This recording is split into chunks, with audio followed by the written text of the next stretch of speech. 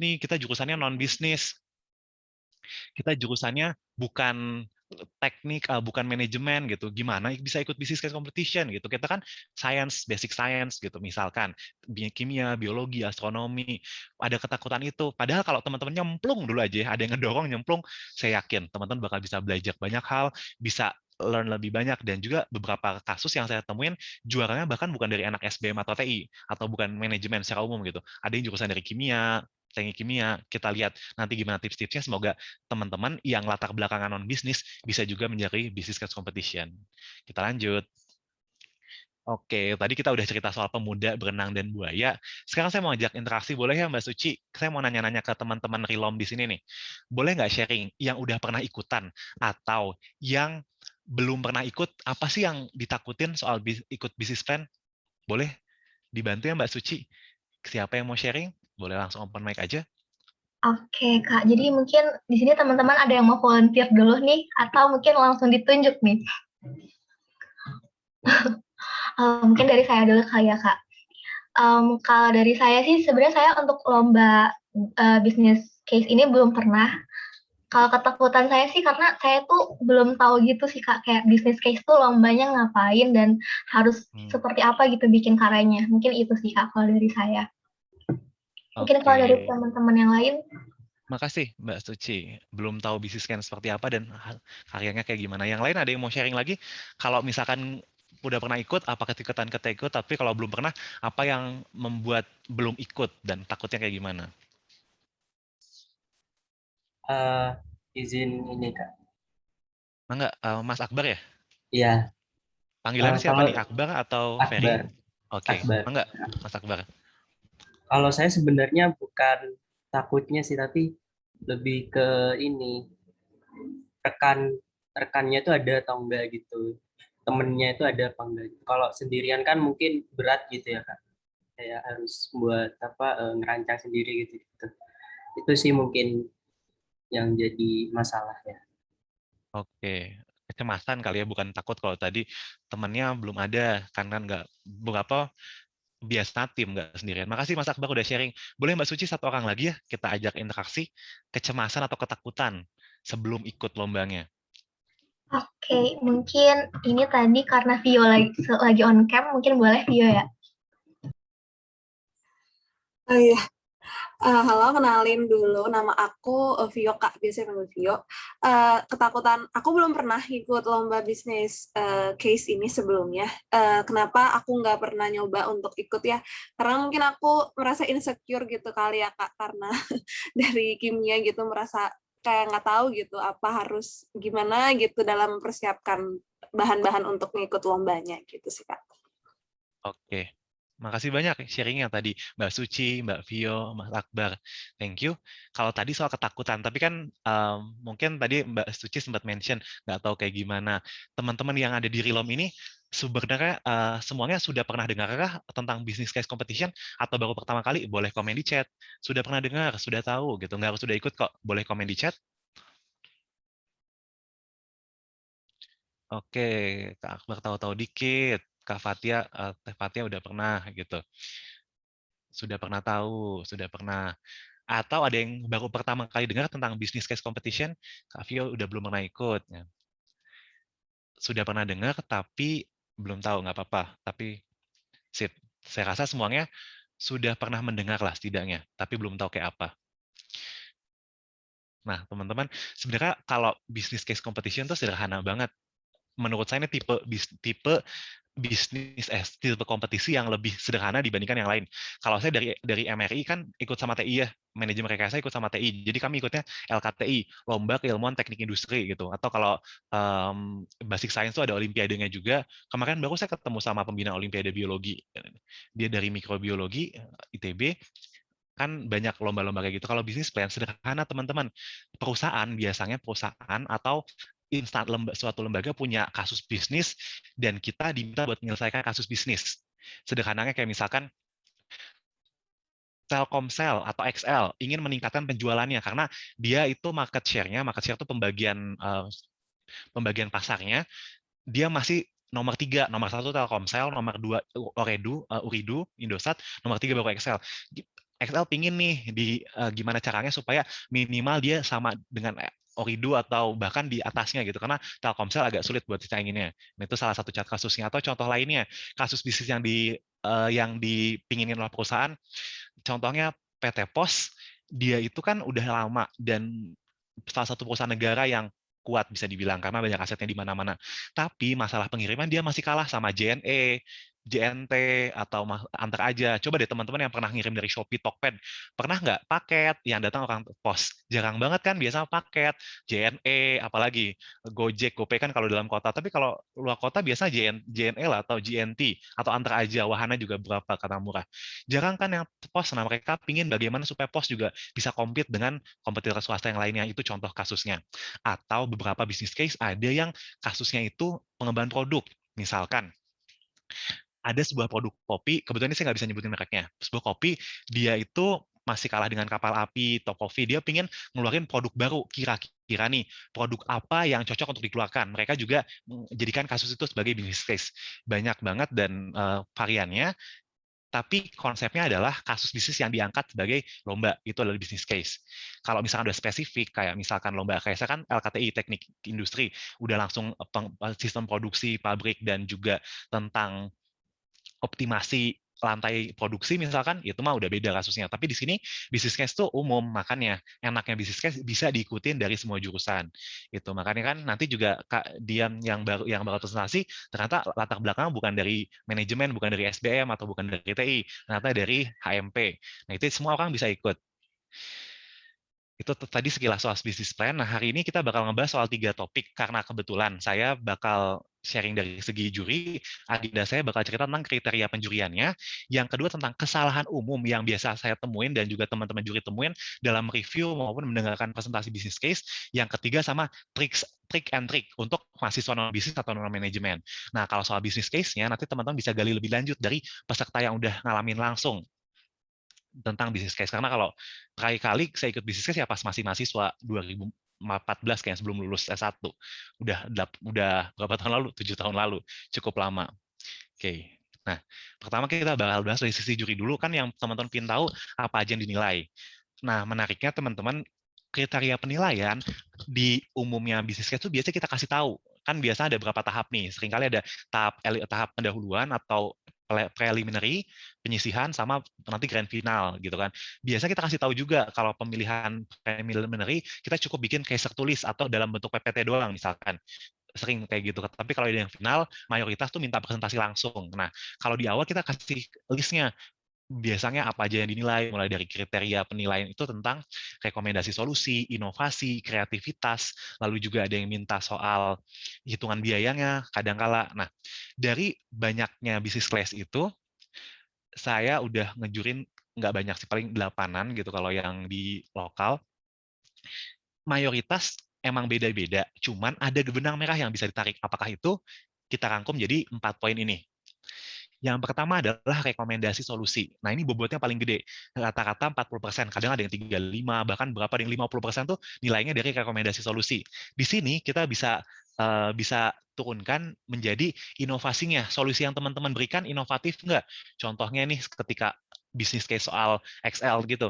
Apa solusi teman-teman? Ya, solusinya hancurkan Telkomsel. Wah, itu kan bukan solusi yang kreatif ya, bukan yang inovatif juga. Terus visible tuh, maaf ada typo, karena visibility gitu kalau bahasa Inggrisnya, mungkin layak nggak? Karena ada beberapa solusi yang layak. Nanti kita akan bahas di sekalian umum contoh-contoh kasus yang saya temui solusinya tuh inovatif dan kreatif, tapi dia nggak layak buat diimplementasi dalam konteks Indonesia gitu. Nah, itu rekomendasi bobotnya paling tinggi. Jadi teman-teman kalau misalkan membuat solusi di bisnis plan, ya itu bobot utamanya di sini. Ingat, bobot utamanya di rekomendasi solusi. Seringkali ada juga yang penting desainnya bagus, enak dibaca. Iya, itu di poin yang keempat, penyajiannya. Mulai dari kalau proposalnya rapi, menarik, enak dibaca. Lalu juga bahasanya ideal, kayak bahasa TA lah ya, bukan bahasa sosmed, curhat gitu kan. Tapi lebih pentingnya lagi ada inti apa yang teman-teman sampaikan. Nah, baru yang kedua adalah tentang ada yang ngebahas soal menilai soal kerangka berpikir, lalu juga alur pemecahan masalah, metode penyelesaian. Nah, ini teman-teman beruntunglah kita di Basic Science, kita maksudnya teman-teman ya, saya latar belakang kan manajemen rekayasa bukan Basic Science. Nah, teman-teman yang Basic Science itu kuat di bagian sini, kerangka berpikir ya kan teman-teman udah biasa ya mulai dari praktikum, kuliah penelitian tuh untuk menemukan solusi ya kita harus uji hipotesis dulu, harus ngumpulin data segala macam. Teman-teman menang di sini di alur berpikir dan kerangka berpikir tuh teman-teman biasanya oke nggak langsung tiba-tiba solusinya bikin produk baru, solusinya digitalisasi. Nah, nanti kita bakalan bahas kalau yang ada beberapa yang saya temuin anak manajemen bisnis tuh ujung-ujungnya langsung pikiran solusinya digitalisasi, promosi di sosmed, bikin website dan segala macam. Padahal belum tentu itu efektif, butuh evaluasi lebih lanjut. Itu yang kedua adalah tentang gimana teman-teman berangkat dari masalah yang ditemuin, dianalisis hingga keluar solusi. Itu kerangka berpikirnya penting. Nah, yang ketiga adalah tentang relevansi terhadap kasus ya kalau ditanyain tentang konteksnya Indonesia ataupun kalau konteksnya pengembangan produk yang kayak tadi kopi pengembangan produk khususlah bikin pengembangan produknya jangan kemana-mana tiba-tiba beralih ke produksi masih nanti yang penting inovasi produknya dulu atau tiba-tiba bagaimana mereka ada yang ngebahasnya tiba-tiba marketing kafe-kafe yang kita tanya itu produk barunya marketingnya bisa kita bahas tapi nanti kurang relevan dengan agenda yang dibahas gitu. Penyajian juga kita bahas. Intinya 4 poin ini biasa mungkin beda-beda dari satu bisnis case dengan yang bisnis lainnya. Cuman kalau dilihat dari benang merahnya adalah ini bobot paling besarnya tentang rekomendasi solusi teman-teman. Namanya juga bisnis case ya. Mereka pengen rekomendasi solusinya. Apa yang teman-teman sarankan dari analisisnya sama gimana teman-teman berpikir hingga dapat solusi. Apakah itu relevan atau tidak dengan penyajian yang menarik tentunya. Ini poin-poin penilaian. Lalu yang nilai kan juri ya teman-teman ini juga perlu saya sharingin nampaknya karena ada beberapa yang nggak ngeh siapa aja yang bakal menilai teman-teman. Yang pertama biasanya adalah dari industrinya. Mayoritas bisnis case itu dia berangkat dari satu industri atau satu usaha. Nggak mesti perusahaan kok. Ada beberapa bisnis case yang angkat masalah-masalah UKM. Nah, biasa kalau misalnya masalah UKM atau masalah dari perusahaan, ada yang menilai dari perusahaan tersebut. Kayak misalkan saya menjurikan Telkom, XL, ya orang XL-nya ikutan. Atau waktu orang posnya juga ikutan. Terus juga tentang Nutrasari ya mereka tetap menilai karena kan mereka yang punya bisnis mereka yang punya studinya ya jadi mereka terlibat. Nah yang kedua adalah praktisi ini seringkali abai. Kalau ketiga akademisi nggak akan saya mention karena itu juga mayoritas ada termasuk saya di sini sharing ke teman-teman dari segi akademisinya. Kami lebih menilai bagaimana alur berpikir teman-teman, visibility studinya, lalu juga bagaimana teman-teman menyajikannya. Itu di akademisi biasanya lebih fokus ke nilai alur berpikir teman-teman dalam menentukan solusi. Nah, praktisi itu seringkali abai. Nggak cuma industri dari akademisi doang loh, teman-teman. Dari praktisi juga ada, misalkan nih, waktu itu saya pernah menjurikan lomba tentang cyber security. Bidang saya data science, teman-teman. Jadi, apa namanya, tentang data cyber security dan juga AI berkutat di sana. Nah, ada salah satu jurinya yang beliau nama Profesor Eko Indrajit. Beliau bukan dosen, tapi beliau punya agensi cyber security gitu. Nah, itu juga menilai. Yang beliau nilai tentunya kan beliau terlepas dari perusahaan, dia nggak terikat dengan solusi perusahaan, jadi lebih objektif gitu. Dengan menilai dengan apakah teknologi yang digunakan sesuai, lalu juga rekomendasi teman-teman bagus nggak dari segi juga penting teman-teman consider industri, akademisi, dan juga ada praktisi yang akan menilai hasil teman-teman. Oke, itu bagian pertama tentang kriteria penilaiannya. Sebelum saya cerita soal bagian kedua, boleh kalau mau ada pertanyaan, kita diskusi dulu. Bisa kalau nanti agak ada yang terlupa. Apakah ada yang mau diskusikan? Oke, gimana nih teman-teman? Sampai saat ini apakah ada yang mau ditanyain dulu? Oke, kayaknya mungkin sejauh ini udah cukup jelas ya Kak. Mungkin boleh dilanjutkan. Oke, sip. Makasih Mbak Suci. Oke, makasih Mbak Vio, responnya aman katanya. Kita masuk bagian kedua, kesalahan umum. Dari review-review yang saya lakukan tentang dari bisnis plan tertulis, bisnis case tertulis maupun ketika presentasi, kita rangkum jadi 3 hal. Tentang pengerjaannya, lalu yang kedua adalah rekomendasi solusi, yang ketiga adalah presentasi. Presentasi ini saya masukin presentasi tertulis, gimana teman-teman nyusun laporannya, dan juga teknik presentasi ketika teman-teman nanti grand final, misalkan diundang untuk presentasi langsung ke para tim penilai itu gimana kesalahan umum yang ditemuin. Pertama, pengerjaan business case. Oke. Nah, kan mayoritas business case itu tim. Kayak tadi Mas Akbar bilang, wah sebenarnya bukan takut sih, tapi cemas belum ketemu teman-temannya nih, karena kan jarang sendiri. Saya bilang jarang, tapi ada loh teman-teman business case yang sendirian. Babak bukan final, babak penyisihan, kita minta orang-orang itu yang nge-submit case-case mereka masing-masing. Setelah lolos, kita kelompokin. Misalkan waktu itu ada 25 peserta, kita kelompokin jadi 10 tim, misalnya jadi 27 peserta, kita kelompokin jadi 9 tim. Jadi satu tim 3 orang. Nah, 3 orang itu tuh nggak kenal sama sekali. Kan kita daftar masing-masing. Gimana yang saya misalkan lolos babak final, tiba-tiba saya ketemu Mbak Suci, oh baru pertama kali kenal, ketemu misalkan Mbak Dilam, oh beda jurusan lagi kan, kita baru benar-benar kenal ketika dijodohin. Juri bisa bilang jodohin, sih ngelompokin tim itu ada juga yang kayak gitu, tapi mayoritas business plan memang dikumpulkan dari tim. Nah, seringkali kita tuh last minute nyari, biasanya kan business plan ada jangka waktu pendaftarannya dan kita kasih spare waktu agak lama kok. Normalnya daftar tim dulu, kalau udah daftar tim kita kasih case, kasih waktu kerjakan. Tapi ada juga yang langsung dikasih case dan mereka dikasih waktu sekian untuk kerjakan tanpa daftar tim dulu. Seringkali last minute-nya bukan last minute ngerjain, tapi nyari timnya nih. Kayak misalkan deadline pendaftaran jam 23.59 hari Minggu tanggal 19. Saya baru nyari tim siang-siang gini. Duh siapa ya, ngobrolin satu-satu nggak bisa. Apalagi kan kita nggak bisa ketemu online. Kalau nggak bisa ketemu offline ya. Kalau masih di kampus tuh enak. Kita bisa ke kampus aja, ke himpunan gitu, cari, gue mau ikut business plan dong, ada yang mau nemenin nggak, ada yang mau join tim gue nggak, gitu kan bisa nyari langsung.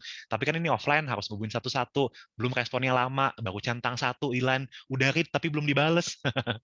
Nah itu nyari timnya last minute, padahal kalau kita timnya itu udah siapin dari jauh-jauh hari, bisa lebih enak koordinasinya dan juga ketika nanti pembagian tugas lebih enak. Ada beberapa yang saya temuin juga mereka timnya itu aja gitu. Jadi ikut business plan 1, dia timnya bertiga gitu. Ikut business plan lain gitu itu ya, stick team. Jadi udah ada chemistry-nya gitu. Chemistry jurusan teman-teman udah ada chemistry antar anggota tim gitu. Jadi bisa kalau tim lebih baik komunikasi dari sebelum deadline. Tapi kalau misalkan kasus yang tadi saya ceritain, daftarnya masing-masing dan baru ditemuin ketika lulus seleksi, yaitu kita perlu membangun chemistry agar dapat tim yang solid. Nah, yang kedua, ini kayak nggak cuma bisnis plan deh. Kayak tugas kuliah juga kayak gini, kesalahan umumnya. Ngerjainnya mepet. Nah, kalau misalkan ngerjainnya mepet, nanti nyambung. Dampaknya tuh ke slide selanjutnya. Saya bakal bahas tentang rekomendasi teman-teman, solusinya. Mulai dari solusinya nggak tajam, data-datanya dikumpulin nggak banyak, karena kerjanya mepet gitu. Walaupun kami si panitia, biasanya ngasih waktunya reasonable ngerjainnya. Minimal seminggu, 5 hari dah, minimal. Nggak mungkin kita kasih sehari gitu, hari ini dikasih, besok kumpulin, nggak. Biasa kita kasih reasonable time, 5 harian, beberapa ini 4 hari, tapi normalnya 5 hari, ada yang juga ngasih 2 minggu. Tapi kami sudah mempertimbangkan bahwa waktunya reasonable, cuman dari pesertanya aja biasanya kerjanya mepet-mepet. Karena saya juga pernah ada di posisi teman-teman sebagai mahasiswa yang ikut business case. Waktu dulu kan nyambi masih kuliah, ikut business plan, ya kita kuliah ada tugas juga, baru bisa kumpul habis kuliah gitu, baru jam 7, jam 7 gue ada rapat himpunan gitu, atau ada yang ikut unit, susah lagi ketemuannya, baru jam 10 habis mereka pada rapat, udah ngantuk-ngantukan gitu kan. Udah mepet nanti. Jadi nanti deh weekend aja. Padahal kita bisa ngerjain juga weekdays, tapi kita mepet-mepet sampai weekend. Saya pernah ngerasain juga kayak gitu. Nah, kalau bisa sih kita manfaatkan sebaik-baiknya waktu agar solusi kita nanti lebih tajam lagi. Nah, yang ketiga, nggak baca petunjuknya detail. Ini juga kesalahan umum teman-teman. Seharusnya bisnis case yang kredibel itu sudah menyajikan petunjuknya secara detail di buku panduan yang mulai dari formatting. Nah, nanti juga kita bakal bahas. Banyak yang formatnya nggak sesuai. Fontnya diminta Times New Roman 12, malah Calibri 12. Atau nanti di save file-nya namanya apa, dikirim kemana. Banyak banget yang saya temuin, nama filenya tuh nggak sesuai dengan yang di petunjuk. Padahal kan gampang ya, tinggal baca petunjuk, udah dibilang format filenya gitu kan. Nama tim, misalkan underscore apa gitu kan, udah dijelasin kayak gitu, tapi masih ada yang salah. Itu minor formatting. Yang mayor petunjuk detailnya adalah kalau misalkan diminta, yang pertama belikan rekomendasi bisnis, yang kedua hitung finansial analisisnya atau analisis keuangannya. Lalu yang ketiga rekomendasi solusi yang pertama solusi, yang kedua ya tentang finansial, yang ketiga tentang timeline kegiatan, kadang-kadang ada yang minta itu. Nah, kalau misalkan kita nggak baca detail, taunya business case ya hasil rekomendasinya aja, karena gini, ada narasi gitu kan, data, berikan rekomendasi untuk pengembangan produk, selesai, baru di bawah ada penjabarannya. Mereka ada beberapa yang saya temui itu ngelewat petunjuk detailnya, mereka cuma rekomendasi solusi, mereka nggak menyajikan tentang hitung-hitungan finansialnya, keuangannya, lalu yang kedua tentang timeline kegiatan nggak mereka buat. Itu karena nggak baca petunjuk detail. Sayang banget kan, kalau waktu yang saya pernah ketika saya jadi peserta mah nggak usah diceritain lah, nanti diceritain sama Mbak Dila mah. Tapi yang bisa teman-teman lakukan adalah teman-teman baca barang, misal kita bertiga baca barang, dibaca verbatim. Teman-teman tahu verbatim kan? Dibaca satu kata, ada yang miss nggak gitu. Contoh visibilitas atau tim last minute, ngerjain mepet deadline. Karena kalau verbatim, ini juga kalau saya buat mahasiswa TA tuh diminta gitu, saya nggak mau nge-review typo teman-teman, baca verbatim. Baca, mereka benar-benar harus ngelafalin dari mulut, karena dari baca dengan mulut itu, mereka bakal tahu, oh ini salah, ini typo, gitu. Kayak tadi kan, slide saya ada yang typo. Ketika saya baca verbatim, baru sadar. Gitu. Baca case-nya kan biasa nggak banyak. Bukan case bukan narasinya ya, bukan narasi dan data, tapi petunjuk pengerjaannya atau pertanyaan yang ditanyakan. Itu aja paling cuma setengah halaman, 3/4 halaman, dibaca verbatim. Itu bisa membuat teman-teman lebih baca detailnya. Tapi sorry untuk melangkahi, itu pengalaman ketika jadi peserta, sih agak loncat dikit, nggak apa-apa. Nah, yang keempat tentang riset. Kalau misalkan waktunya mepet, risetnya nggak sempat, udahlah, solusinya juga jadi nggak tajam. Kita akan bahas langsung ke bagian kedua, rekomendasi solusi. Nah, ini kan saya bilang 40% bobotnya rekomendasi teman-teman. Yang membuat biasa nggak lolos ataupun nggak menjuarai adalah yang pertama, solusinya nggak visible.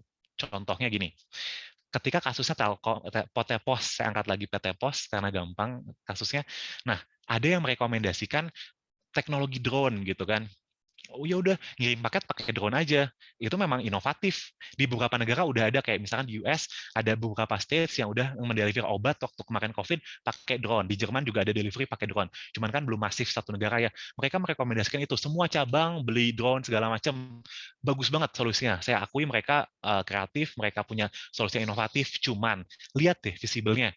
Mungkin nggak mereka ngeluarin budget dengan segitu, dan belum, sorry itu saya ya, kayak Indonesia kan, wah ada drone, saya dapat paket di rumah, paketnya diambil, drone-nya ditahan. Bisa jadi ada kayak gitu kan. Kurang visible dengan kondisi sosial ekonomi di sini. Lebih visible ada kandidat lainnya, tim lain yang merekomendasikan untuk memperkuat pemberdayaan kantor-kantor cabang sorry kok Telkom terus ya, PT Pos. Nah, kelebihannya PT Pos dibandingkan JNE, JNT, dan yang lain-lain, PT Pos punya kantor di seluruh kecamatan di Indonesia. Saya ulangin lagi, seluruh kecamatan di Indonesia, Waingapu, terus juga di Timikale gitu, di Topo-Topo, ada semuanya kantor pos di tiap kecamatan. Itu yang nggak dipunyain JNE dan JNT. Mereka bisa memaksimalkan itu. Misalkan nih, memudahkan untuk pembayaran digital di sana, atau juga untuk pengiriman barang di kantor-kantor cabang, lebih visible dibandingkan teknologi drone yang agak kurang relevan ketika dihadapkan di kondisi sosial ekonomi Indonesia seperti itu. Kayak gitu rekomendasinya. Nah, kedua nggak relevan. Relevan kembali lagi, itu fokus buat apa yang ditanyain benar-benar. Kalau misalkan ada kasus yang nggak relevan tuh gini, ditanya soal kasus tentang itu deh.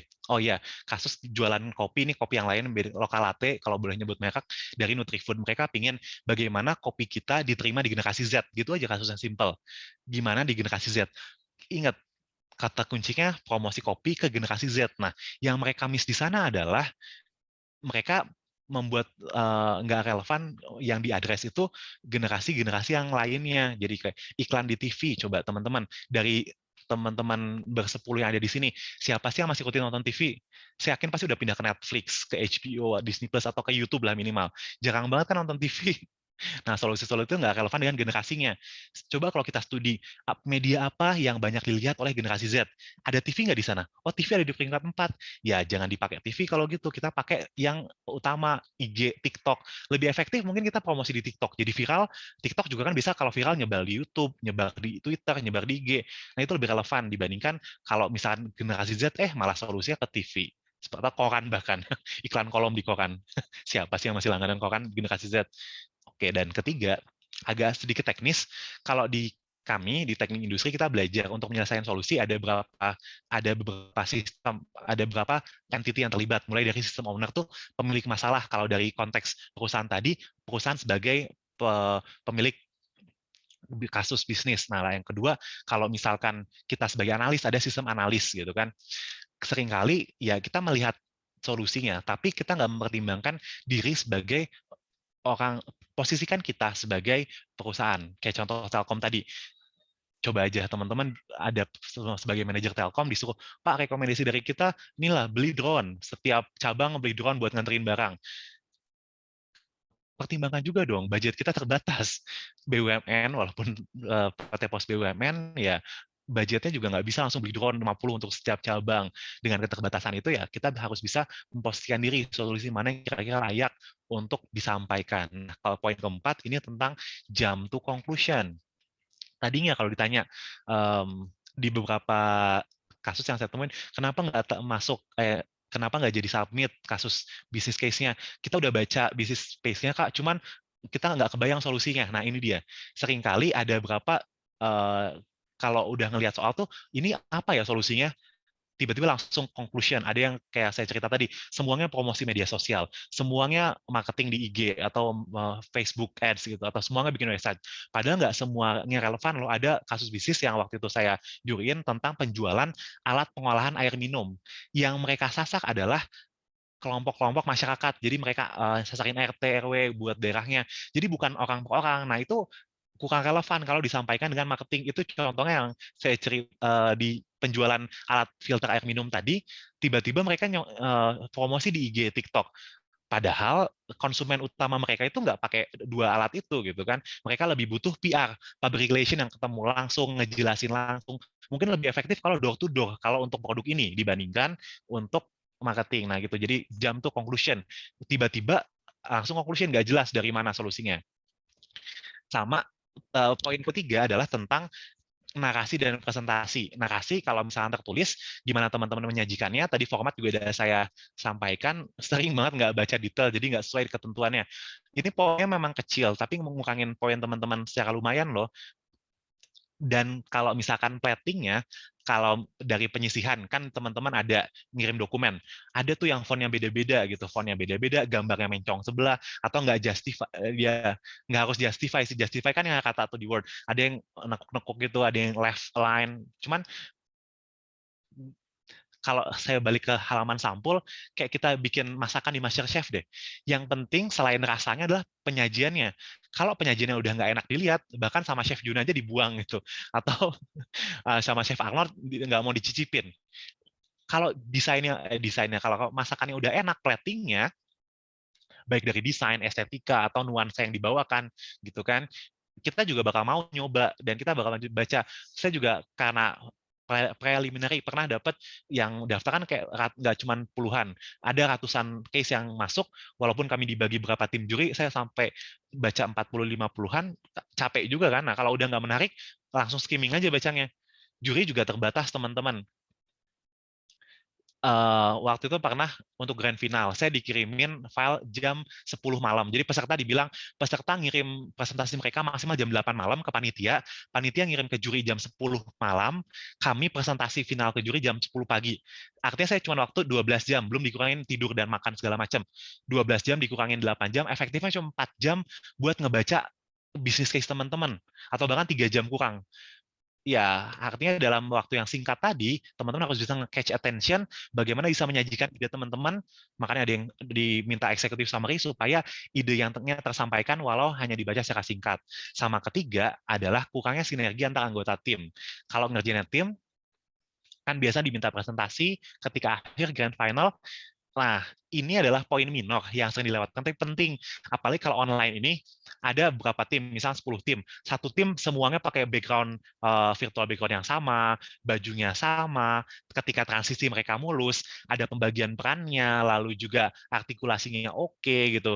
Misalkan satu, ya saya demikian presentasi bagian saya tentang latar belakang, mengenai solusi akan direkomendasikan oleh teman saya yang telah berpengalaman di bidang analisis marketing, yaitu Mbak Suci. Silakan Mbak Suci. Sinergi-sinergi minor kayak gitu tuh penting juga dalam presentasi, karena bisa meningkatkan leverage teman-teman dibandingkan tim lainnya. Gitu. Oke. Sampai sini ada yang mau didiskusikan dulu? Kita masih ada 15 menit ya, Mbak. Sebelum masuk ke 15 menit lagi waktu sesi presentasi. Sebelum masuk ke bagian 3 yang mau didiskusikan dulu. Oh, mungkin saya mau nanya sih, Kak. Mangga, Mbak Suci. Jadi itu kan dalam waktu kita mau ngasih rekomendasi solusi, itu sebenarnya kita perlu nggak sih Kak kayak membandingkan dengan solusi lain gitu? Atau misalnya kita kayak bilang kalau kita nggak pakai solusi yang kita tawarkan, nanti kelemahannya ini. Atau kita hanya fokus terhadap keunggulan dari solusi kita Kak? Oke.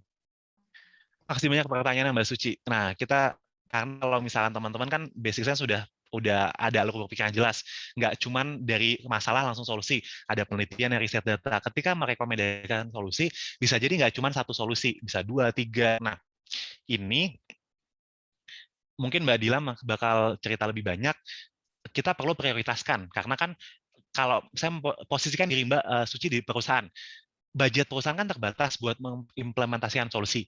Kita boleh menjabarkan kami punya 3 solusi, masing-masing punya kelebihan dan kekurangannya, tapi setelah analisis prioritas, kalau biasa di TI kita belajar TOWS, ada matriks QSV untuk prioritization, bagaimana solusi-solusi yang banyak itu kita prioritasasikan karena budgetnya terbatas. Nah, bakal lebih di-encourage teman-teman untuk memberikan kalau memposisikan sebagai pemilik perusahaan ya, berikan solusi yang visible dan juga memang benar-benar impactful.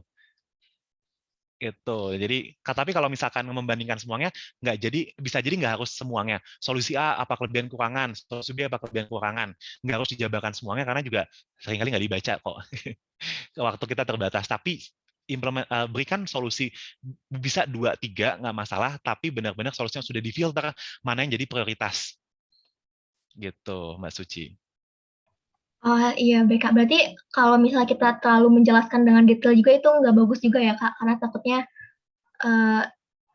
tidak pas ke poinnya gitu ya? Well, sangat di-encourage, cuman gini, biasa terbatas. Kadangkala ada bisnisnya yang minta 5 halaman maksimal, ya dalam 5 halaman teman-teman nggak bisa jabarin semua solusi kan, makanya butuh diprioritasasi. Cuman kalau misalkan mau menjelaskan solusi terpilih, itu harus detail. Bagus banget kalau ada jadwal implementasi, ada kebutuhan biayanya, kayak gitu. Oke, baik. Terima kasih, Kak. Oke, makasih Mbak Suci. Gimana teman-teman, kita lanjutkan? Bagian ketiga, tips and trick. Aku boleh tanya? Silakan. Punten, siapa ya yang nanya nggak kelihatan di layar saya? Ya. Oke, Mbak Fatia. Gimana Mbak Fatia? Ya. Ini Kak, kan kadang kalau misalnya kita mau ngajuin solusi, kita tuh dapat referensi dari perusahaan lain gitu, kayak kompetitor lain. Nah itu boleh nggak sih kita nge-mention gitu kayak solusi dari perusahaan ini tuh misal kayak gini, terus dampaknya kayak gini. Nah ini bisa nih diimplementasiin di bisnis case yang ini. Boleh nggak sih Kak kayak gitu? Kenapa tidak? Karena kan di bisnis juga kita tahu ATM, amati, tiru, modifikasi. Kita lihat kompetitor kita, apa strateginya diimplementasi. Di perusahaan, ketika saya kan kerja di korporat juga beberapa tahun, kita juga menggunakan kok cara-cara kayak gitu. Cuman dalam membahasakannya, kita perlu lebih halus gitu. Jadi bahasanya yang kalau misalnya teman-teman menuangkan dalam teks ataupun dalam presentasi, jangan dibilang, kami lihat kayak Excel tadi, Telkom melakukan strategi A, B, C, D. Jadi seharusnya Excel melakukan A, B, C, D juga. Ya nggak seperti itu. Cuman misalkan ada kan di analisis juga analisis kompetitor analisis, itu juga kita bisa masukkan metodenya seperti apa. Cuman bedanya adalah bagaimana membahasakan bahwa karena bisa jadi nih, solusi yang diimplementasikan oleh Telkomsel itu nggak sama dengan XL, karena misal Telkomsel punya jaringan di seluruh kabupaten gitu kan, kita belum punya XL, misalkan seperti itu. Jadi boleh banget di-mention asal dibahasakan. Tapi lagi-lagi dapat dari mana analisis kompetitor, kita lihat di metodenya. Gimana, ada tanggapan dulu nggak Mbak Fatia? Jadi kayak jangan dibicarain terang-terangan gitu ya Kak, intinya. Saya bilang bukan jangan sih, ada yang kami temuin kayak bilang langsung cerita waktu itu lokal latte, produk lain Top Coffee, mereka mention memang karena di case juga kadang-kala kami mention kompetitor nggak masalah, asal gimana dalam konteks apa teman-teman Mbak Fatia dan yang lainnya menyampaikan solusi tersebut. Apakah framingnya yang nggak enak tuh di framing kayak gini loh. Saya dari pihak perusahaan, saya bilang wah perusahaan Bapak belum pakai solusi ini, nggak kayak Telkomsel nih, gitu. Itu framingnya, tergantung gimana framing dan pembahasannya. Boleh banget kalau kita mau mention dan kita ambil solusi dari kompetitor, tinggal nge-framing dan bagaimana teman-teman sampai di posisi di solusi itu. Oh, oke, oke. Paham, paham, Kak. Oke. Makasih. Kembali. Nah, soal solusinya, kenapa kita mau dari kompetitor? Nah, itu juga kita bakal bahas di tips nanti sedikit. Kok bisa kita ambil solusi dari kompetitor dan gimana caranya? Semoga kebahas di sini. Oke, pernah lihat meme Dogo ini? So much wow, very interesting. Nah, teman-teman saya mau mention. Tipsnya sederhana. Buat tips and trick adalah hindari kesalahan-kesalahan umum yang udah saya mention tadi. Simple kan? Wah, simple banget. Kesalahan umumnya kayak tadi, ya udah kalau tips and trick hindari kesalahan-kesalahan tadi, mulai dari bacanya detail, siapin tim dari jauh-jauh hari, jangan mepet deadline, risetnya banyakin, formatnya bagus, simple banget kesalahan umumnya kayak tadi. Jadi enak banget ceritanya. Saya tinggal cerita kesalahan umum, tips and triknya hindari kesalahan umum. Tapi teman-teman, nggak berhenti sampai di sini. Dari pandangan dan pengalaman sebagai juri, ada 3 edition tips yang bisa saya sharingkan ke teman-teman jika nanti tim Rilom maupun teman-teman Amiska yang lain yang mendengarkan rekaman YouTube nanti ingin mengikuti bisnis kalian. Yang pertama adalah invest waktu untuk belajar dan berlatih bisnis dan problem solving. Jujur-jujuran aja deh, kita mahasiswa non bisnis pasti bukan pasti sih. Di kuliah kita kan kita nggak belajar formal ya, bagaimana riset pasar, bagaimana manajemen strategik, lalu istilah-istilah ekonomi kayak IRR, MAR, lalu juga rate of return, lalu juga equity, liability, T-value, itu kan mungkin kita bukan T-value statistik ya, tapi T-value dalam balance sheet gitu kan. Bisa jadi teman-teman asing kan dengan istilah itu. Nah, teman-teman yang non bisnis, non manajemen perlu untuk belajar lebih tentang bisnis problem solving gitu kan. Kalau misalkan teman-teman mau team up sama yang anak SBM, TI, MRI ya nggak masalah, mereka bisa cover itu. Teman-teman di cover bagian detail, tapi nggak ada salahnya kok. Walaupun teammate kalian, anggota tim kalian juga berasal dari background manajemen ataupun bisnis, ya teman-teman kuasain juga skill bisnis problem solving. Kayak gimana skillnya? Teman-teman kalau di ini materi mentoring kami di TIMRI, kalau di sini kami pelajarin selain di kuliah ada juga coaching, misalkan untuk problem solving. 4 metode ini adalah metode yang dasar banget, metode yang teman-teman wajib kuasain buat dapat solusinya. Gimana alur berpikirnya, jadi nggak tiba-tiba jump to conclusion kayak yang tadi saya ceritain. Ada metode-metode mulai dari yang red to left thinking, pyramid thinking, question and situation analysis, hingga prioritization yang saya cerita tadi. Budget terbatas, rekomendasi teman-teman mana solusi yang paling kuat, paling berdampak, dan masuk budget perusahaan, itu yang rekomendasikan. Saya nggak bakal bahas ini karena di kami satu pertemuan sendiri untuk membahas problem solving analysis ini.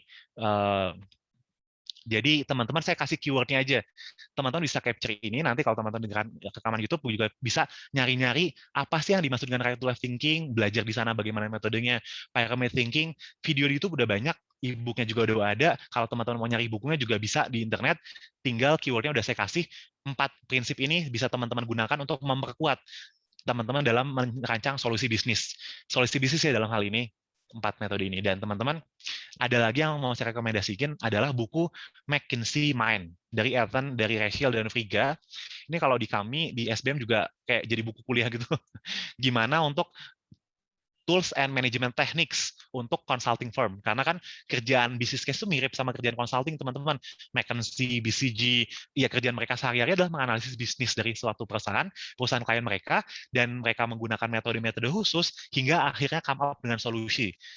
Perusahaan-perusahaan consulting sudah so pasti mereka ada metodenya, nggak tiba-tiba baca bisnis case perusahaan atau mereka lihat-lihat perusahaan langsung keluar dengan solusi. Nah, teman-teman, mereka dengan baik hatinya men-sharingkan apa saja metodenya, apa aja tools-nya di buku ini, McKinsey Mind. Atau buku prequelnya juga McKinsey Way. Ini ada sequelnya, McKinsey Mind. Teman-teman kalau mau ikut business case, saya rekomendasiin banget baca buku McKinsey Mind. Karena teman-teman bakal tercerahkan bagaimana problem solving-nya. Jadi kalau awal-awal, aduh bingung gimana solusinya. Nah, pakai metode-metode ini agar teman-teman bisa come up dengan solusi yang visible, yang juga cocok dengan perusahaan. McKinsey Mind. Bisa di-capture bukunya. Oke, nah tips kedua adalah presentation design and data visualization with storytelling. Teman-teman, ini juga penting buat kita kuasain skill dalam mendesain presentasi. Apalagi kalau nanti teman-teman berkesempatan buat datang ke final, misalkan presentasi langsung dengan juri, ataupun desain. Kadang-kala ada yang minta nggak usah presentasi langsung, tapi bikin slide-nya atau bikin video aja penjelasan. Ini juga penting dalam business case. Final, rata-rata 7-10, bahkan saya pernah satu sesi final tuh ngejuri 15 orang. Bisnisnya sama, teman-teman. 15 kali presentasi, bosan nggak sih? Kayak nonton video diulang-ulang, iya udah tahu bisnisnya itu gitu kan. Gimana caranya membedakan desain teman-teman, lalu juga membuat presentasi teman-teman itu engaging dengan data visualization gitu kan. Belajar kayak ya desain-desain teman-teman pakai Canva itu kan udah pada bisa kan ya, atau udah tau lah gimana cara bikin slide yang asik dibaca, fontnya jangan kekecilan, gambarnya jangan mencang-mencong kayak gitu. Terus kalau memiliki data visualisasi tuh gimana caranya agar data itu bercerita, kan so pasti nanti kita bakal riset pakai data-data, gimana menyajikannya, ya jangan cuma tabel plek-plek ditampilin, ngapain saya liatin tabel ketika presentasi gitu kan. Gimana cara teman-teman menyajikan datanya. Ada buku judulnya tuh Data Visualization with Storytelling. Ini buku favorit saya, kebetulan saya kan data analis. Ada satu kuliah yang pakai buku itu tentang data storytelling with data. Judulnya Data Visualization with Storytelling. Kebetulan saya nggak lagi di rumah, jadi nggak bisa ngeliatin bukunya. Teman-teman bisa nyari juga buku ini, atau nanti bisa saya sharing deh e-booknya. Data Visualization with Storytelling tentang gimana cara nyajin. Contohnya yang paling mengejutkan adalah ketika saya baca bab awal, jangan gunakan pie chart. Pie chart are evil. Loh, teman-teman, mungkin ada yang masih pakai pie chart ya, yang bulat-bulat itu pie chart, teman-teman masih pakai. Semenjak baca buku itu saya udah nggak pernah pakai pie chart. Kenapa? Penjelasannya silakan baca di buku itu. Oke, waktunya 3 menit lagi. Jadi tips terakhir adalah tentang engaging group pitch presentation. Nah, ketika teman-teman berkesempatan ke final, lagi-lagi saya mention, saya tebelin di group pitch presentation. Presentasi grup tadi udah dibilang, harus sinergi, gimana transisinya, lalu juga perlakukan presentasi solusi teman-teman sebagai pitch. Ada yang udah pernah mempresentasikan bisnisnya di pitch presentation buat startup untuk dapat modal kah atau untuk dapat approval ide? Ada. Nah, kalau belum ada, pitch presentation itu ada teknik khusus. Kita nggak cuma sharing screen, pembukaan, solusi kita, penutup, nggak kayak gitu, teman-teman. Ada teknik khususnya bagaimana teman-teman menjual, dalam tanda kutip, ide yang teman-teman punya, baik untuk di-approve idenya atau untuk mendapatkan pendanaan. Ada tekniknya aja, teman-teman bisa berlatih group presentation untuk presentasi pitch presentation, lagi-lagi nggak cuma presentasi tugas. Jadi presentasi bisnis case teman-teman taruhlah di atas, jangan sama katakan dengan presentasi tugas biasa, atau jangan sama katakan dengan presentasi tugas besar lah.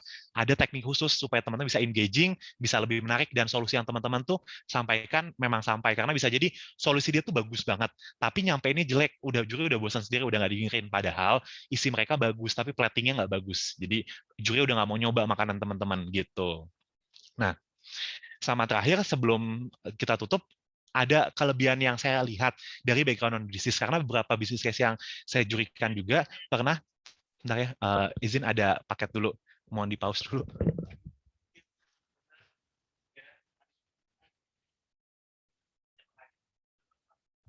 Tadi ada paket. Sip, makasih udah dibantu Mbak Suci. Nah, yang tadi saya udah mention juga, jadi waktu itu bisnis case tentang solusi untuk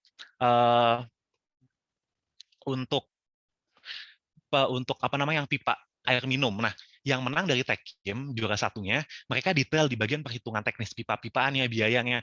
Anak TI yang juara 2 tuh mereka nggak mention soal apa namanya, soal ya pipa-pipaannya, soal analisisnya, dan juga soal bagaimana detail apa namanya debit air dan segala macamnya. Anak Techim kuat di sana. Nah, teman-teman bisa juga kayak misalkan ketika kasusnya lagi saya angkat kopi, mereka minta produk baru. Nah, teman-teman mungkin bisa riset senyawa aromatik apa yang bisa digunakan, ya kan?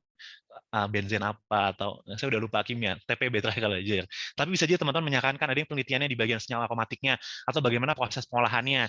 Kalau misalnya kopi kok 70 derajat atau 82 derajat, teman-teman mungkin ada riset gimana cara teknik penjudian lebih baik.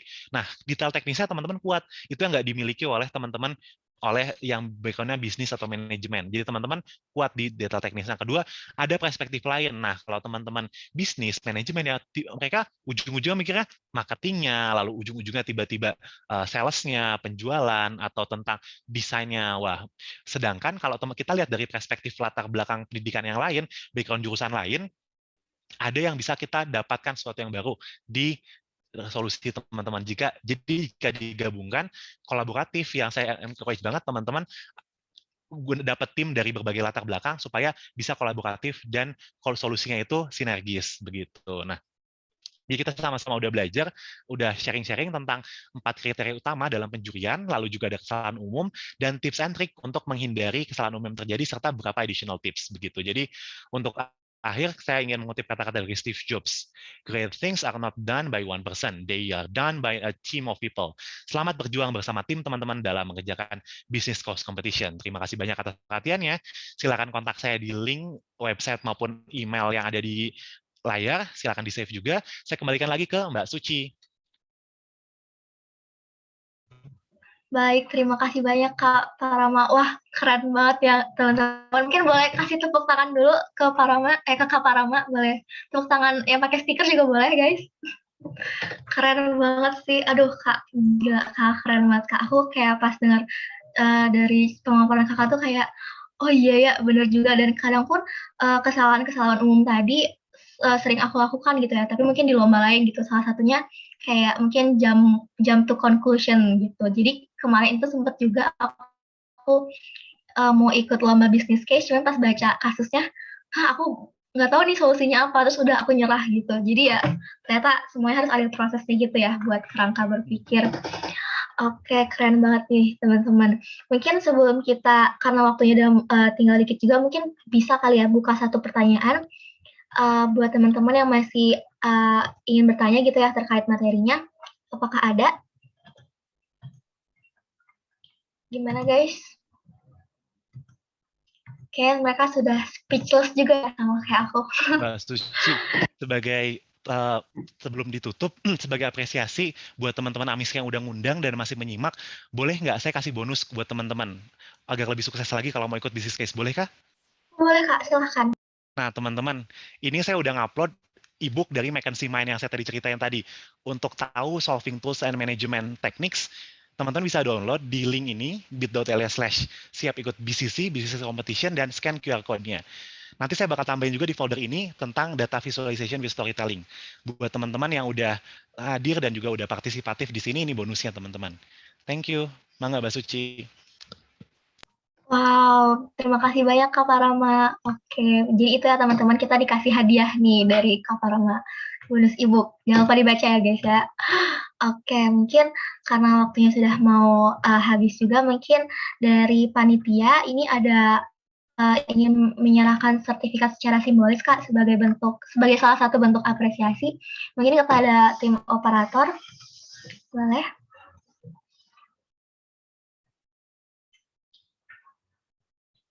Oke, nah jadi ini ada sertifikat yang sudah dibikin oleh tim Amiska. Mungkin kepada tim Dokum, apakah sudah siap?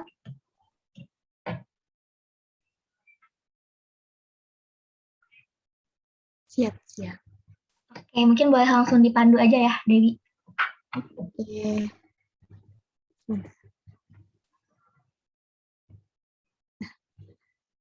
Mungkin Kak Parama bisa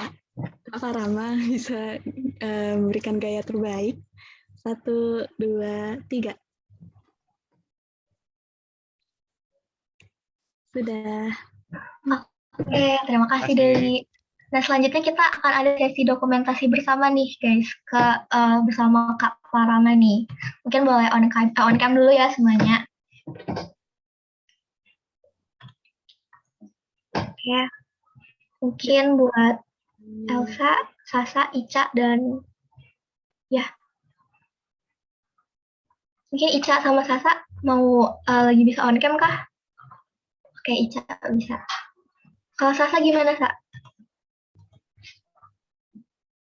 Oke, mungkin kita tunggu kali ya, Sasa. Mungkin Sasa lagi ngambil jilbab gitu ya. Kita positive thinking, guys. Sampai 159 mungkin ya.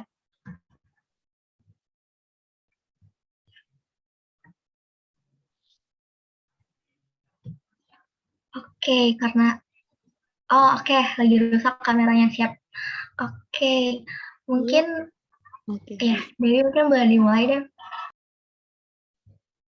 Oke, mulai ya. 1, 2, 3. 1, 2, 3. 1, 2, 3. Baik, terima kasih semuanya. Terima kasih teman-teman Amiska. Oke, baik. Terima kasih kepada teman-teman dan juga kepada Kak Parama yang sudah menyampaikan ilmu yang sangat sangat bermanfaat, sangat keren, sangat menarik. Mungkin untuk sesi 1 mungkin sudah habis ya Kak waktunya. Apabila Kakak memiliki keperluan lain sudah dipersilakan untuk meninggalkan Zoom Kak. Sekali lagi terima kasih banyak ya Kak. Keren sekali. Terima kasih. Saya izin live ya kalau gitu. Assalamualaikum warahmatullahi wabarakatuh. Waalaikumsalam warahmatullahi wabarakatuh. Terima kasih banyak Kak. Banyak, Kak. Wow. Jadi itu ya teman-teman sesi 1 dari Kak Parama tadi yang berjudul Business Plan Competition 101 untuk membawa dari sudut pandang juri ya. Nah, selanjutnya kita bakal langsung ke sesi 2. Di sini kita sudah ada kedatangan Kak Dilham. Halo Kak Dilham, selamat siang Kak. Halo semuanya, Halo Kak, gimana kabarnya Kak? baik-baik. Oke, Alhamdulillah sehat ya Kak. Nah, kalau gitu mungkin saya ulangi sebelum dimulai ya ke pemaparannya Kak Dilham, mungkin izin untuk menginformasikan lagi ya tentang apa sih Amiska Kelas itu. Nah, jadi Amiska Kelas ini kan mengandung kata kelas ya, di mana kelas itu adalah tempat kegiatan belajar mengajar. Jadi diharapkan kita itu anak-anak Amiska yang jurusannya kimia gitu ya, tidak hanya belajar yang kimia-kimia aja gitu, tapi juga yang bisa hal-hal lain gitu. Salah satunya adalah business plan competition yang menjadi salah satu top 2 lomba yang pengen diikutin anak-anak Amiska. Nah, dan juga sebenarnya tuh Amiska Kelas ini biasanya terbuka untuk seluruh anggota Amiska. Nah, namun karena satu dan lain hal, untuk kali ini, untuk yang rangkaian Amiska Kelas yang ketiga, hanya dikhususkan untuk anggota divisi riset dan lomba saja gitu. Namun nanti hasil diskusinya akan kita rangkum dalam bentuk infografis dan akan juga disebarkan hasil recordnya ke anggota Amiska yang lain gitu. Jadi biar yang lain tahu juga dan dapat ilmunya juga. Nah, mungkin saya mau izin untuk memperkenalkan Kak Dilham lebih lanjut. Mungkin boleh next slide. Nah, jadi pemateri kita yang kedua itu bernama dia Ilham Trihatmaja atau biasa dipanggil Dilham ya Kak. Kak Dilham ini nanti akan memaparkan materi yang berjudul sharing session sukses menjuarai lomba bisnis plan competition. Dan untuk Kak Dilham ini merupakan mahasiswa tingkat akhir ya, planologi. Berarti angkatan 2018 ya Kak? Iya betul, sama ya. Ya sama ya, sama gitu. Cuman kalau yang lain mungkin yang ada tulisan 19-nya mereka angkatan 19 gitu. Nah, kalau pengalaman Kak Dilham sendiri, Kak Dilham pernah sekarang menjabat sebagai CEO and founder dari InCourse Indonesia. Kemudian beliau juga menjadi Head of Kinship and Talent at Himpunan Mahasiswa Teknik Planologi Pangritan Loka ITB, dan juga pernah menjadi delegasi untuk Social Innovation Course at Paragon Technology and Innovation, dan sekarang pernah menjadi Partnership Manager at Tunas Bertumbuh. Mungkin bisa next. Nah, selanjutnya Kak Dilham nih sudah banyak nih ya meraih beberapa prestasi. Salah satunya yaitu pernah menjadi second winner of COVID-19 and Sanitation National Poster Competition NWSF ITB pada tahun 2021. Pernah juga menjadi second winner of Essay Competition Planning Within New Normal di Native.pro di Undip, dan juga menjadi finalis of Publication Fair UI National Essay Competition tahun 2020, dan masih banyak lagi ya teman-teman yang mungkin tidak bisa kita bacakan satu persatu. Nah, jadi kelihatan ya keren banget Kak Dilham ini, padahal sepantaran gitu ya sama aku, cuman kayak prestasinya sudah sangat luar biasa gitu. Nah, jadi mungkin tidak perlu berlama-lama lagi, mungkin langsung saja kepada Kak Dilham untuk waktu dan tempatnya dipersilahkan ya Kak. Waktunya bisa sampai jam 2:55, sudah termasuk sesi pemaparan dan juga sesi diskusi. Dipersilakan Kak. Oke, sebentar ya, saya tunggu.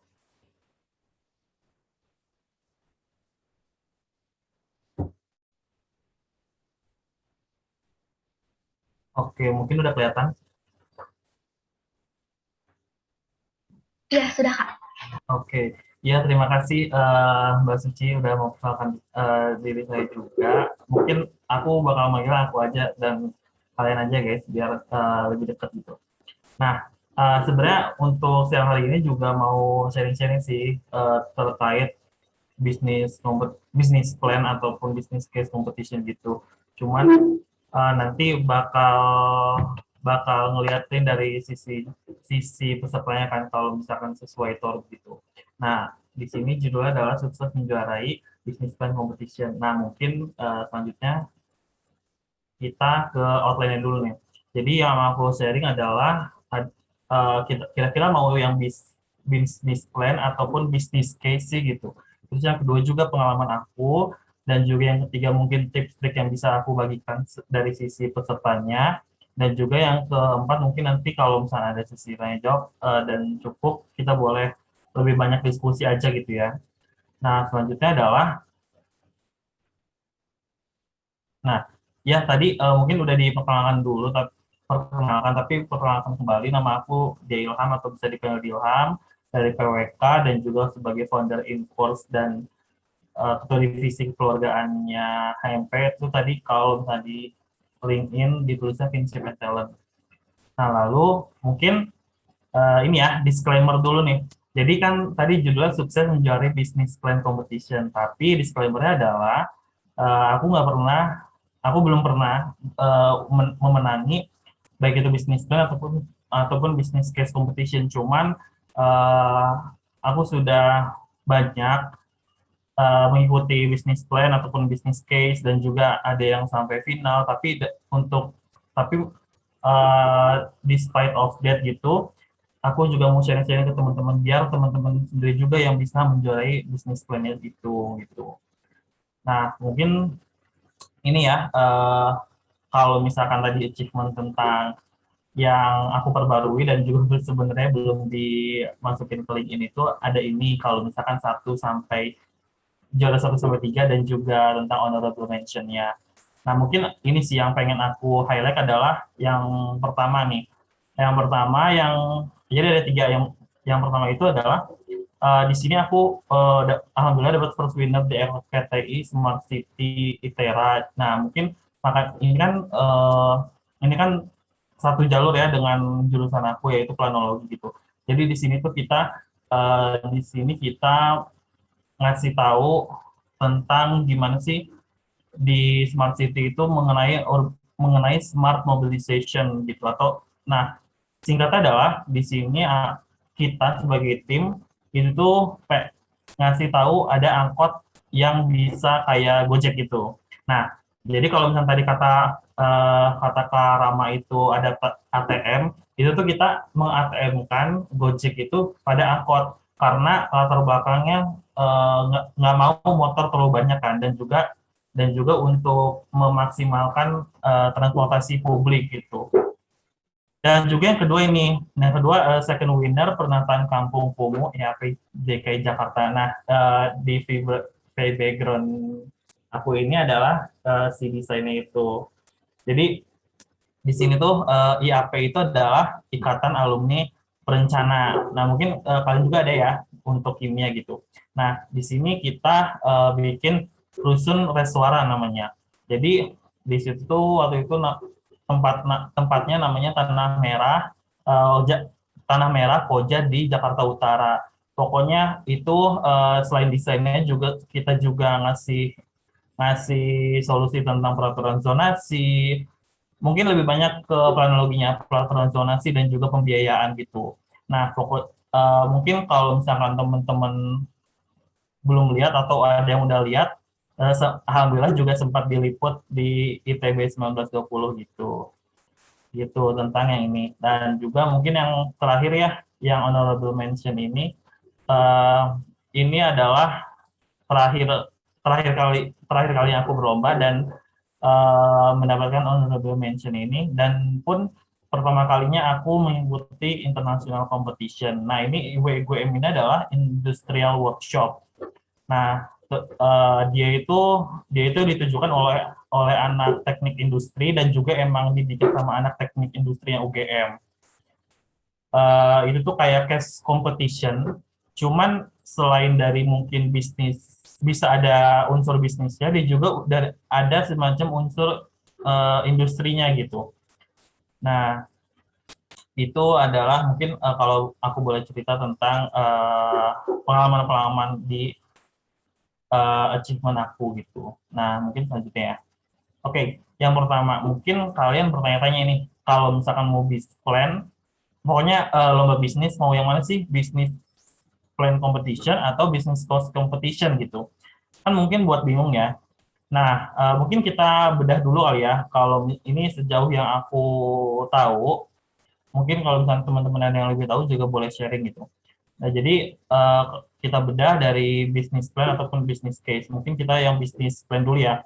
Business plan ini adalah jadi kalian membuat inovasi terbaru gitu.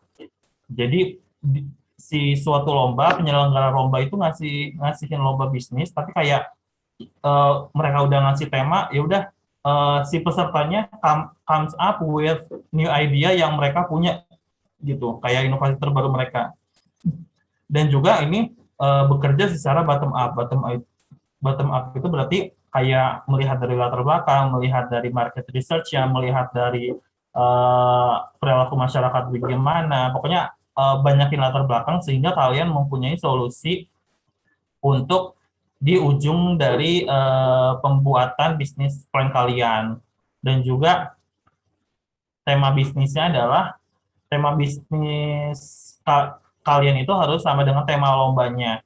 Ya tentu kan begitu.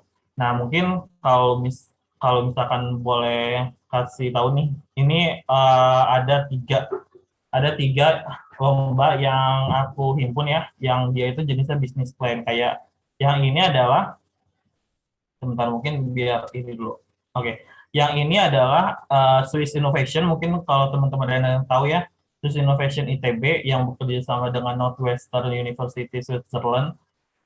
Itu dia tuh sampai apa ya, 1 miliar atau 100 juta gitu US dollar. Nah, itu tuh dia ngasih tema gitu, setiap tahun ada, dan juga emang internasional, karena bekerja sama dengan yang Swiss ya, begitu. Terus juga yang ini adalah With Your Future, ini juga setiap tahun ada, ini oleh Prasetya Mulia gitu, teman-teman. Ini aku ambil yang 2021, dan juga ini ada Navtex, ini juga per tahun ada, aku lihat. Ada Navtex yang terbaru 2021, tapi ini aku ambil yang 2020 karena yang ada. Nah, ini juga business plan yang diselenggarakan oleh, kalau nggak salah tuh himpunan himpunan ya Tekpangnya B, Navtex ini. Terus itu tentang business plan. Oke, kita mungkin lanjut lagi ke business case competition. Nah, business case competition itu berarti karena kalau misalnya yang business plan adalah inovasi terbaru, berarti dia tuh udah punya case, dia itu udah punya apa ya, udah punya brand yang kalian harus solusikan, kalian harus pecahkan masalahnya gitu. Jadi kalian membuat solusi terhadap suatu produk tertentu, dan juga bekerjanya dari top down gitu. Mungkin top down-nya adalah gini, kalian melihat dulu nih brand ataupun case-nya itu bagaimana, apa masalah-masalah yang sudah diberikan, terus tuh nanti habis itu kalian lihat lagi dari sisi bawahnya, sisi masalah di masyarakat, perilakunya bagaimana, terus juga market research, kalian melakukan market research, baru nanti ke top lagi ke pensolusian dari case-nya itu sendiri gitu. Makanya ini mungkin bergeraknya top down karena kalian melihat dulu case-nya itu sebagai brand. Nah, lalu adalah jadi tidak ada tema bebas, berarti kan karena udah terikat ya sama suatu brand gitu, kalian mensolusikan si case ini. Nah, mungkin kalau misalkan aku contohin, ini ada 3 ya. Jadi ini ada yang dari Unilever. Unilever itu kalau yang 2020 namanya UFLL 2020, dan case dia juga adalah ice cream Magnum ini. Mungkin teman-teman pernah ngisi ini ya, market research temennya sendiri gitu. Karena waktu itu ramai banget. Dan juga ini, mungkin tadi yang Kak Rama sebutin adalah ITB Marketing Competition yang dia ini tahun 2020 bikinnya tentang lokal latte gitu. Dan ini juga ada Shopee Ultimate Case Challenge. Nah ini itu tuh jadi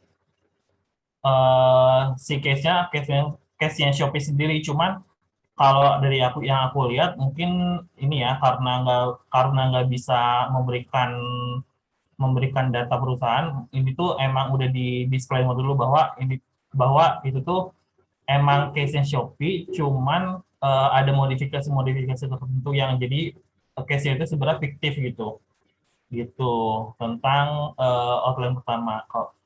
Lalu kita lanjut ke yang kedua kali ya. Oke. Nah, kalau misalnya tentang business competition ini sih, ini yang bisa aku cantumin dan mungkin masih ada lagi. Tapi seperti yang aku bilang, aku belum pernah menang. Dan tapi emang banyak sih pelajaran yang bisa diambil dan juga pengalaman gitu. Kalau misalkan aku mulai ke ini kali ya, Swiss Innovation 2021 ini, aku itu bekerja sama dengan salah satu anak SBM juga. Ya tentunya pada saat 2021 ini, aku udah mulai ngerti nih gimana team up sama orang-orang yang bisa membantu kita juga, selagi kita juga membantu mereka gitu. Jadi saling team up aja karena ini bisnis plan. Jadinya aku ada anak dari SBM konsentrasinya marketing gitu. Nah ini kita bikin tentang Vcompus namanya. Jadi kurang lebihnya adalah aplikasi yang bisa membantu apa ya, bukan pemberantasan sih, lebih kayak meredakan COVID-19 gitu dengan adanya pelayanan-pelayanan seperti gas oksigen, terus juga tentang info vaksin dan lain-lain gitu. Dan juga yang kedua mungkin yang Shopee ini. Yang Shopee ini tadi kan aku udah bilang tentang ini case fiktifnya mereka gitu. Nah ini tuh waktu itu menceritakan tentang dia punya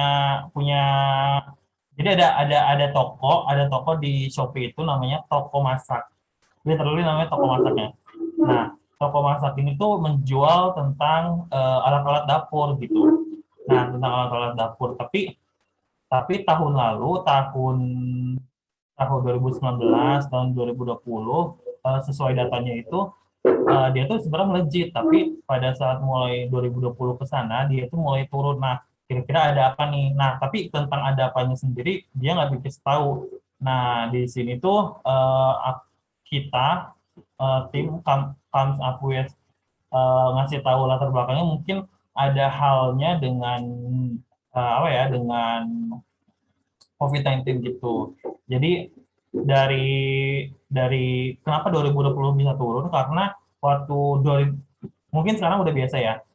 Pas 2020 awal itu kan tentang apa ya, semua orang paranoid gitu kan tentang COVID-19, dan juga apalagi tentang Shopee gini-gini dan e-commerce gitu, ngirim paket tuh kayak takut apa ya, takut tukeran tangan gitu, kayak mungkin tuh kita nggak tahu apakah si kurirnya punya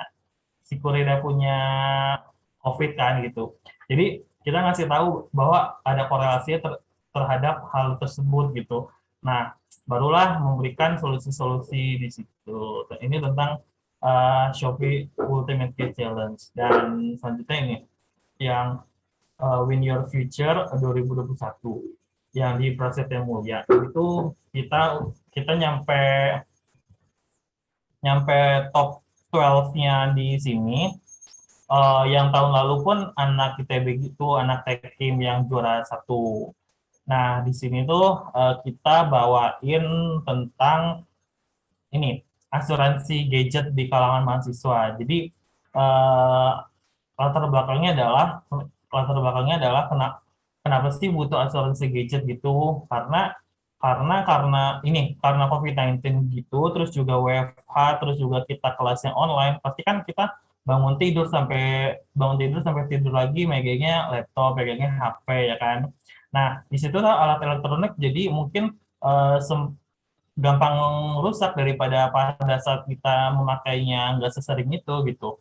Nah, terus kita juga melakukan market research kecil bahwa kira-kira benar nggak sih alat elektronik di kalangan mahasiswa ini lebih cepat rusak dibandingkan yang biasa. Jadi kayak melihat dari data pas kita ngambil itu, kayak salah satu pertanyaannya adalah apakah apakah laptop kamu eh, atau apakah laptop kamu ataupun gadget kamu lebih cepat rusak, ataupun dari tahun 2020 sampai sekarang pernah rusak berapa kali gitu. Nah, itu tuh data-data yang penting sesuai market research yang kita kaji juga, dan terus kita apa ya, kita ingin solusikan juga. Nah, terus juga ini selain cepat rusak, apalagi kan tugas-tugas kita di situ istilahnya mati lah, mati kalau kita nggak bisa ngapa-ngapain, apalagi pas laptopnya di servis kan kita kayak kutu mati banget ya, nggak bisa ngapa-ngapain gitu. Nah, itu tuh instead of kayak di servis dan juga membayar sejumlah uang yang besar itu, jadi kita buat dari awal itu ada asuransi gadget gitu. Jadi nanti namanya asuransi berarti kan ada premi yang dibayarkan setiap bulannya, dan premi ini pun sangat kompetitif murahnya gitu dari dibandingkan dengan brand-brand asuransi yang lain, terutama asuransi gadget gitu. Nah, kita mensolusikan hal itu, namanya Mari Jagat. Mari Jagat itu mari kita jaga gadget gitu. Terus juga mungkin yang UFL dulu, oke.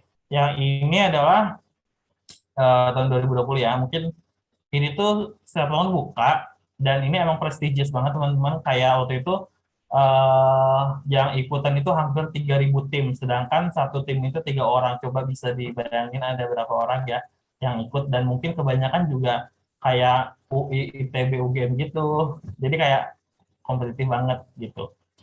Dan dia itu ada nanti itu dia ada nasional dan juga internasional ke London.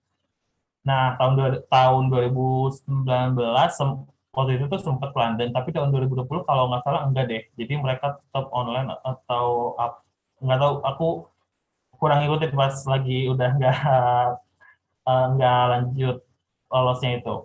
Nah, di sini tuh waktu itu tahun 2020 case-nya itu tentang produk mereka sendiri, tadi Magnum Mini gitu kan, tentang Magnum Mini. Jadi bagaimana sih Magnum Mini ini bisa apa ya, bisa menjadi bisa menjadi ini loh bisa menjadi es krimnya itu bisa menjadi apa ya katanya itu, pelepas nikmat gitu. Oh ya, pelepas nikmat. Jadi kayak mungkin hashtagnya juga kan sebenarnya pleasure seeker ya. Jadi pleasure seeker ya mikirnya adalah Magnum ini gitu. Nah, tapi dari situ anak-anak yang ikut di UFLL ini tuh mensolusikan bagaimana biar bisa lebih meningkatkan pemasaran, meningkatkan penjualan dari Magnum ini itu sendiri gitu. Nah, karena ini case competition, berarti tadi ada case sama Magnum ini, dan juga bagaimana bisa meningkatkan penjualan mereka gitu kan. Nah, uniknya adalah karena Unilever adalah multinational company ya teman-teman. Jadi di sini itu dia punya brandnya itu emang ada di samping kita banget. Waktu itu tuh tahun-tahun sebelumnya kayak misalkan Bango gitu. Coba kalian bayangin Bango yang kayak mungkin itu cuman kecap biasa yang ada di dapur kalian, tapi pada saat anak-anaknya mensolusikan yang ikutan kompetisinya itu, pada saat case-nya Bango itu tuh kayak seakan-akan kayak mereka doing market research banget, mereka banyak riset banget gitu kan intinya. Nah, sampai mensolusikannya juga nggak terpikir oleh kita bahwa kalian pernah terpikir nggak sih bahwa Bango itu bisa menikmati segala makanan. Ini kata si salah satu tim gitu ya. Bisa menambah kenikmatan segala makanan dengan pakai kecap, dan juga bango itu adalah yang dipikirkan oleh ibu rumah tangga. Kalau misalkan ayah, kalau misalkan anak kan cuma taunya pakai doang ya. Kayak kalau nggak ada bango juga nggak terpikir untuk harus beli gitu. Ya nggak sih? Kalau misalkan ayah mungkin perkakas gitu kan. Kalau misalkan anak-anak mungkin mainan yang pengen dibeli. Nah, yang tahu harus beli kecap tuh mungkin ibu rumah tangga gitu. Nah, mereka nge-point out hal itu banget tentang peran ibu. Itu salah satunya. Terus juga ini tentang yang ITB Marketing Competition ini ada Lokalate ya. Ini mungkin nggak banyak sih yang bisa aku ceritakan, mungkin cuman kayak ya udah Lokalate dia itu sebagai brand kopi baru di kalangan kompetitornya kayak misalkan Nescafe dan juga lain-lainnya. Nah, tapi bagaimana Lokalate ini dari Nutrifood bisa lebih baik daripada kompetitor yang dari segala arah mungkin ya, ataupun khususnya bagi Gen Z. Nah, lalu juga ini Navtex 2020 ini kan emang dia itu dari teknik pangan, terus juga dia bisnis plan. Ini tuh yang kita solusikan adalah bagaimana bisa mengganti beras sebagai sebagai makanan pokok, tapi digantinya dengan sumber ataupun resources yang mengganggu. Jadi waktu itu tuh kita ngasih contohnya adalah Gondo Rice. Gondo Rice itu adalah eceng gondok yang sebagaimana rupa diubah jadi sejenis beras gitu. Jadi kan karena beras itu adalah makanan pokok ya, berarti kan supply-nya itu demand-nya itu banyak ya, dan juga tentang supply eceng gondok yang pertumbuhannya cepat itu dan juga menjadi gulma terutama itu tuh kayak ya udah match aja gitu. Mungkin dari teman-teman equilibrium gitu. Nah, terus juga ya jadi kayak karena banyak pertumbuhannya, supply eceng gondoknya banyak, kita juga match in dengan si demand masyarakat akan beras gitu. Nah, mungkin yang ini terakhir nih, yang tentang Industrial Workshop UGM ini, jujur aku ikutnya 2 kali, 2020 dan juga 2021. 2020 hanya sampai semifinal, dan juga 2021 sampai honorable mention itu. Nah, itu tuh kalau misalnya 2021 itu adalah dia ini kayak bis plan, jenisnya bis plan. Jadi mereka punya tema yang diangkat itu digital transformation. Ya udah kita comes up with idea adalah namanya Kunjung In. Kunjung In itu ini. Jadi kita ngeliat nih masalah-masalah tentang dine in restoran. Nah, masalahnya mungkin ada 2 ya. Yang utamanya ada 1. Tapi kayak gini, kayak misalkan pernah nggak sih mungkin Mbak Suci ini pergi ke restoran, terus juga kayak mungkin gini, pergi ke restoran yang all you can eat gitu, terus kayak kok penuh gitu. Jadi kayak nggak ada kepastian, terus kayak apakah mending nunggu tapi nunggu juga keki, terus kalau misalkan lanjut lagi juga kayak agak mager gitu kan. Jadi berangkat itu nggak ada kepastian, padahal misalkan istirahatnya itu cuma sebentar dan nanti pas lagi gitu misal gitu. Nah, itu tuh jadi kita comes up with idea adanya reservasi untuk dine-in restoran gitu. Jadi kita bisa ngelihat tentang kursi yang available, tentang kayak bisa reserve jamnya juga. Jadi kita bisa aproksimasi kita tuh uh, mau reserve-nya kapan dan juga datangnya jam berapa. Nah, ini ATM lagi nih teman-teman. Jadi ATM juga penting sih. Jadi ini tuh kita kayak tips ID mungkin ya. Jadi tentang reservasi gitu. Cuma kita adalah ATM-nya ke restoranin. Kebayang nggak? Jadi tentang dine-in restoran. Karena kan ada masalah di masyarakat di mana yang tadi tentang nggak ada kepastian untuk bisa makan di restoran kan. Nah, itu masalah pertama. Tapi karena pandemi, ada masalah kedua tentang kayak nggak boleh ada yang makan di restoran gitu kan. Sempat kan PPKM pertama itu kayak restoran ditutup Satpol PP dan lain-lain. Nah, itu tuh dari situ kita juga ngasih tahu idenya dia itu bisa dine in tapi juga bisa apa ya, bisa ngebatasin tempat duduk orang-orang gitu. Jadi bisa tetap menjunjung protokol kesehatan. Nah, makanya dari situ restoran-restoran juga nanti di solusinya kayak kita harapannya bisa tetap apa ya, bisa tetap growing, bisa tetap develop walaupun di pandemi kayak gini. Jadi tentang apa ya, tentang penutupan jam 6, penutupan jam 8 itu mungkin bisa agak di jam 10-in dengan adanya protokol yang ketat juga sih gitu. Jadi tentang pemasukan, tentang growing-nya restoran juga bisa tetap terjaga gitu.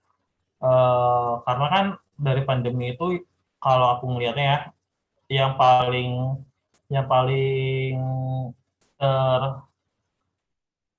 terdampak buruk itu kayak sektor pariwisata, sektor F&B atau kayak ya udah restoran-restoran gitu, hospitality, hotel juga kan. Nah, itu tuh jadi terdampak banget. Nggak bisa, istilahnya kan vitalnya adalah mereka butuh orang gitu untuk mereka menjual sesuatu. Kalau misalkan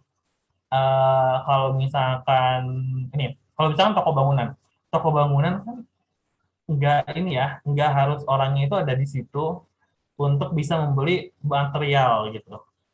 Nah, dan begitupun sektor-sektor lainnya. Jadi walaupun agak terdampak, tapi nggak terlalu gitu. Tentang hospitality sektor ini, itu tuh mereka harus ada orangnya yang sana. Kayak kebayang nggak sih, kayak nggak usah Bali mah udah terlalu bebas ya. Ini misalkan kayak Lombok ataupun pariwisata lainnya, itu kan tempat yang sempit dan juga ramai, itu tuh harus ini banget gitu, harus dijaga ketat banget protokolnya. Nah, dan itu pun kalau misalnya aku cerita tentang beberapa lomba aku ya. Nah, selanjutnya adalah mungkin langsung ke tips and trick aja. Tips and triknya tadi udah banyak banget dari yang Kak Rama ya. Dan ini dari aku aja, dari sisi pesertanya gitu. Nah, yang pertama adalah cek dulu nih regionalitas kompetisinya, apakah dia nasional ataupun inter atau bahkan ada yang regional. Jadi kayak business plan competition se-Jawa Timur gitu. Kadang-kadang ada.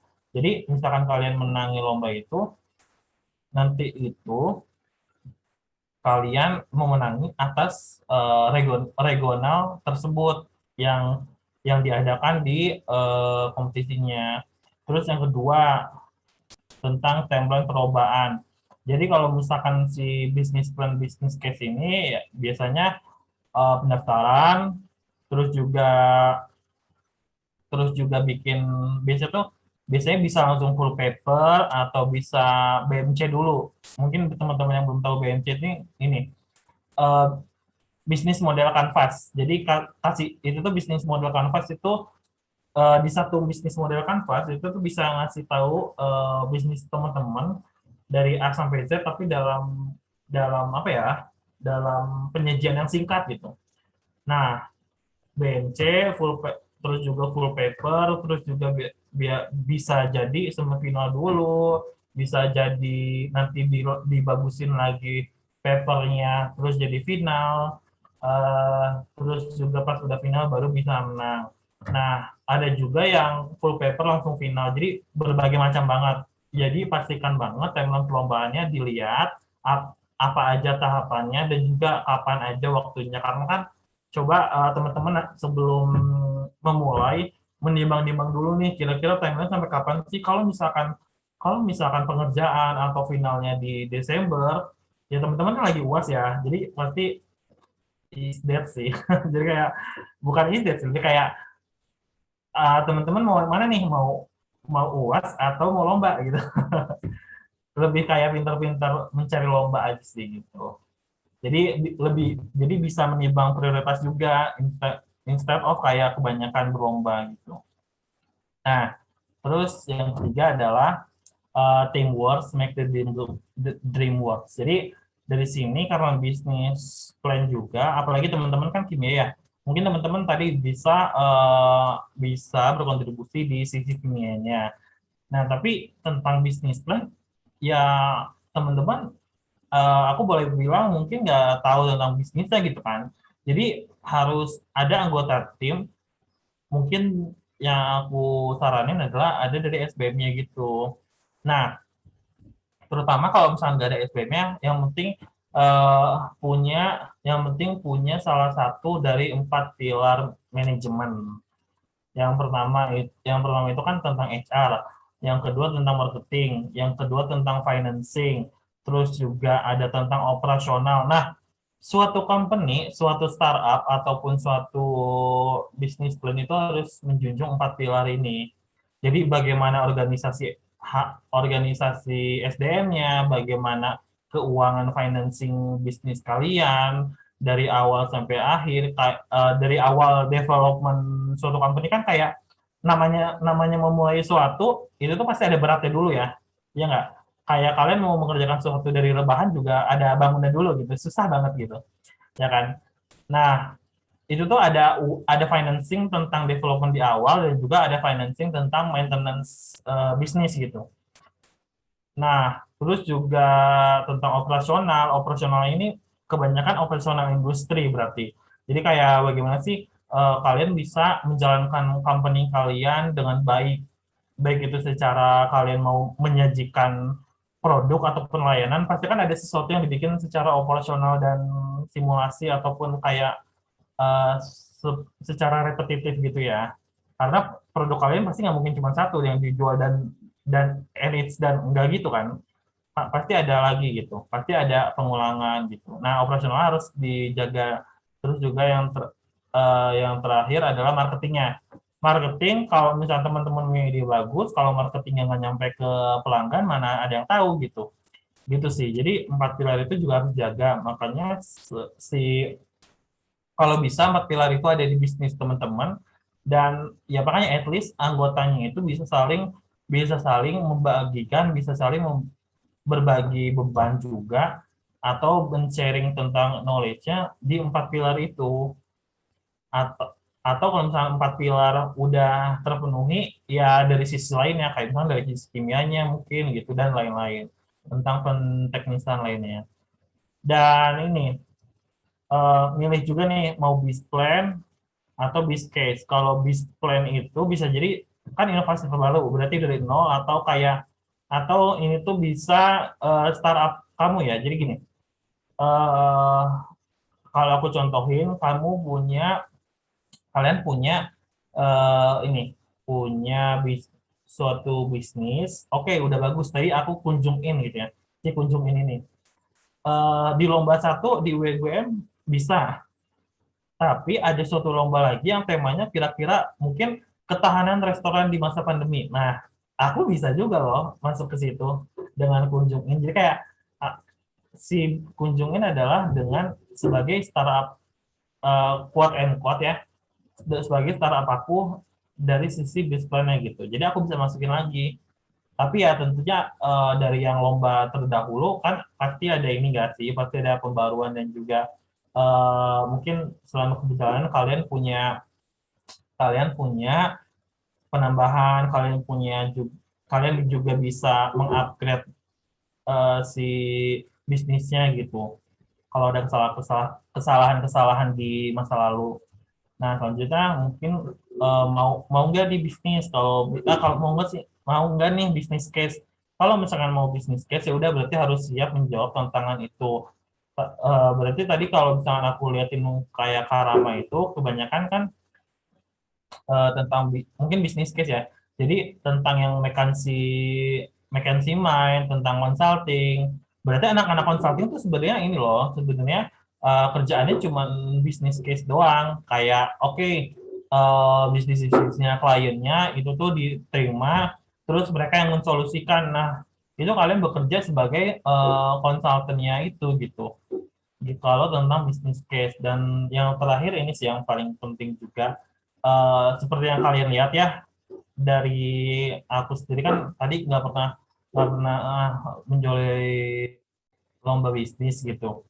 Cuman selain dari achievement, selain dari lomba bisnis yang tadi aku kasih tahu, eh, ada banyak banget yang aku ikutin dan itu membuat aku banyak jam terbangnya gitu. Nah, teman-teman juga perlu memulai terus juga tentang terutama bisnis plan ini agak tricky sih. Kenapa aku nggak menang-menang? eh yang aku lihat adalah kompetitor aku ataupun pesertanya itu kebanyakan tuh udah comes up with their idea in the first place gitu. Jadi kayak mereka udah pernah kalah di suatu lomba, kayak sempat aku dengar waktu itu tahun 2019 mereka pertama kali, tapi menang di 2021. Nah, coba bayangin 2 tahun mereka selalu ikutan dan bawa bisnis mereka itu berarti kan banyak banget ya tentang upgrade startup mereka itu sehingga mereka itu bisa menang gitu. Jadi saat aku bawain bisnis yang kayak baru dan kayak oke, aku bikinnya risetnya bagus, market research-nya mungkin, tapi masih banyak banget ini blank space-nya gitu, blank space dari sisinya gitu. Mungkin kan juri bisa langsung lihat ya, mana sih yang udah lama, yang udah banyak belajar dan juga yang kayak masih baru deh ini bikinnya kayak pada saat lomba ini gitu. Nah, itu tuh kebanyakan bisnis plan itu dia tuh udah punya jam terbang gitu. Jadi menangnya tuh bertubi-tubi gitu.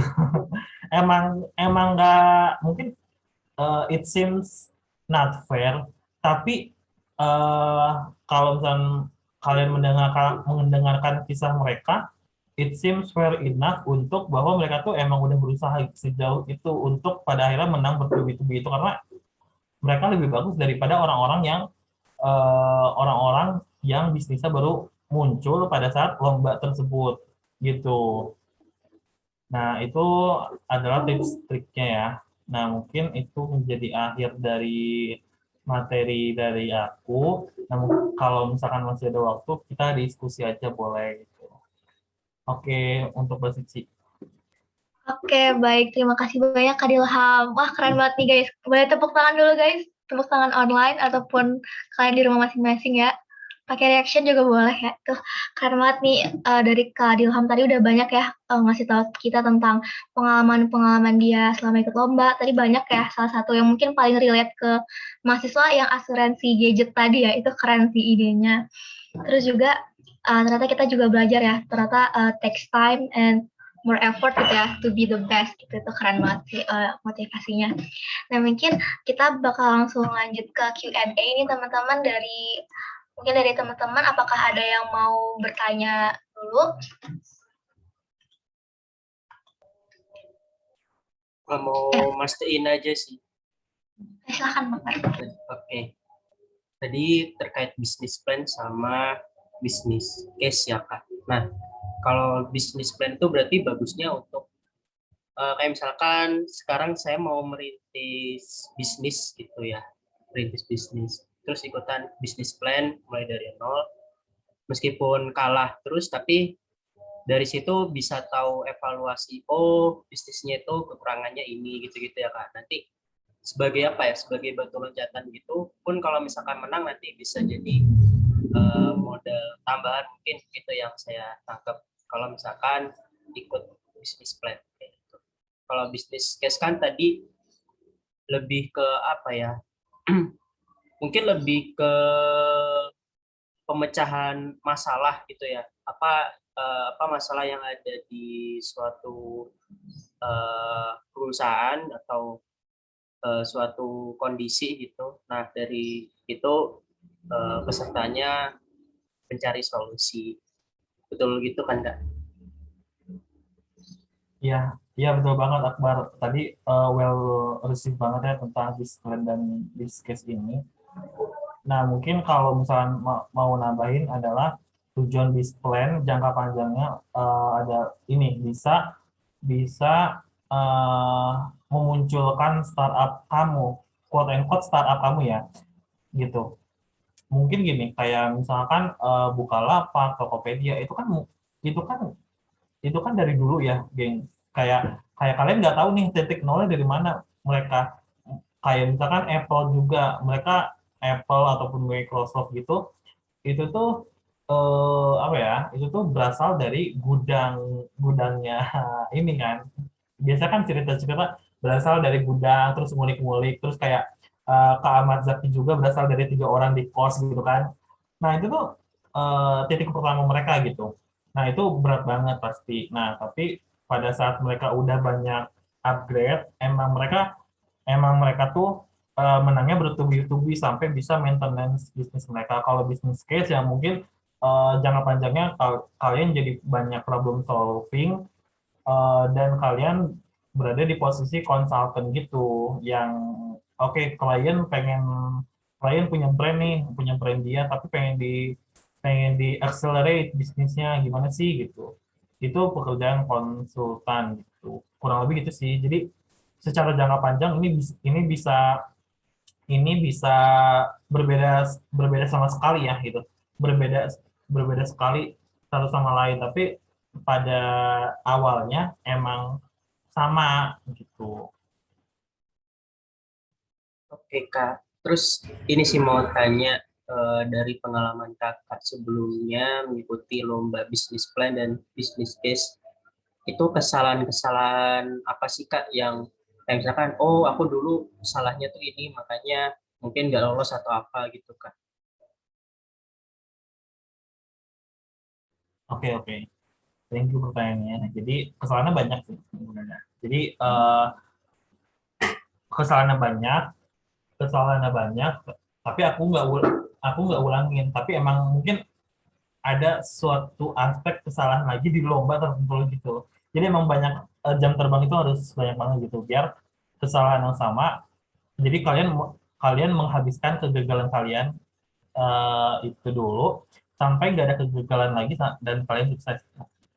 Nah mungkin kalau misalnya boleh cerita satu satu dua lomba, mungkin yang ini ya.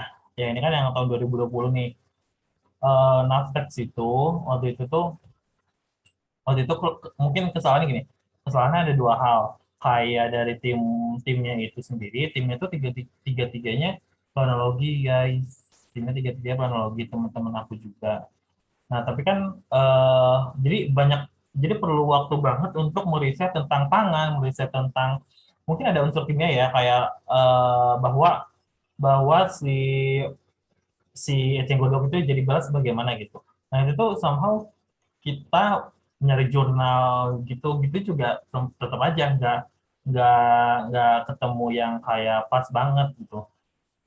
Kan butuh lab juga ya, uji lab gitu kan tentang apakah sebenarnya aman ya eceng gondok jadiin makanan gitu.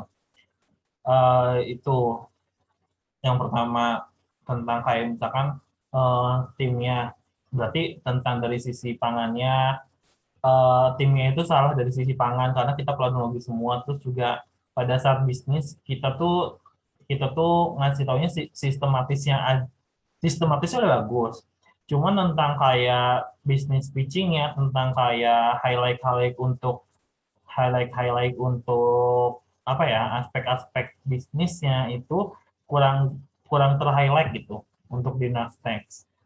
Nah itu sih bayangannya kenapa si Gondorize ini eh, bisa nggak lanjut, itu aku ngirain gitu. dan juga dan juga ini dan juga si Swiss Innovation.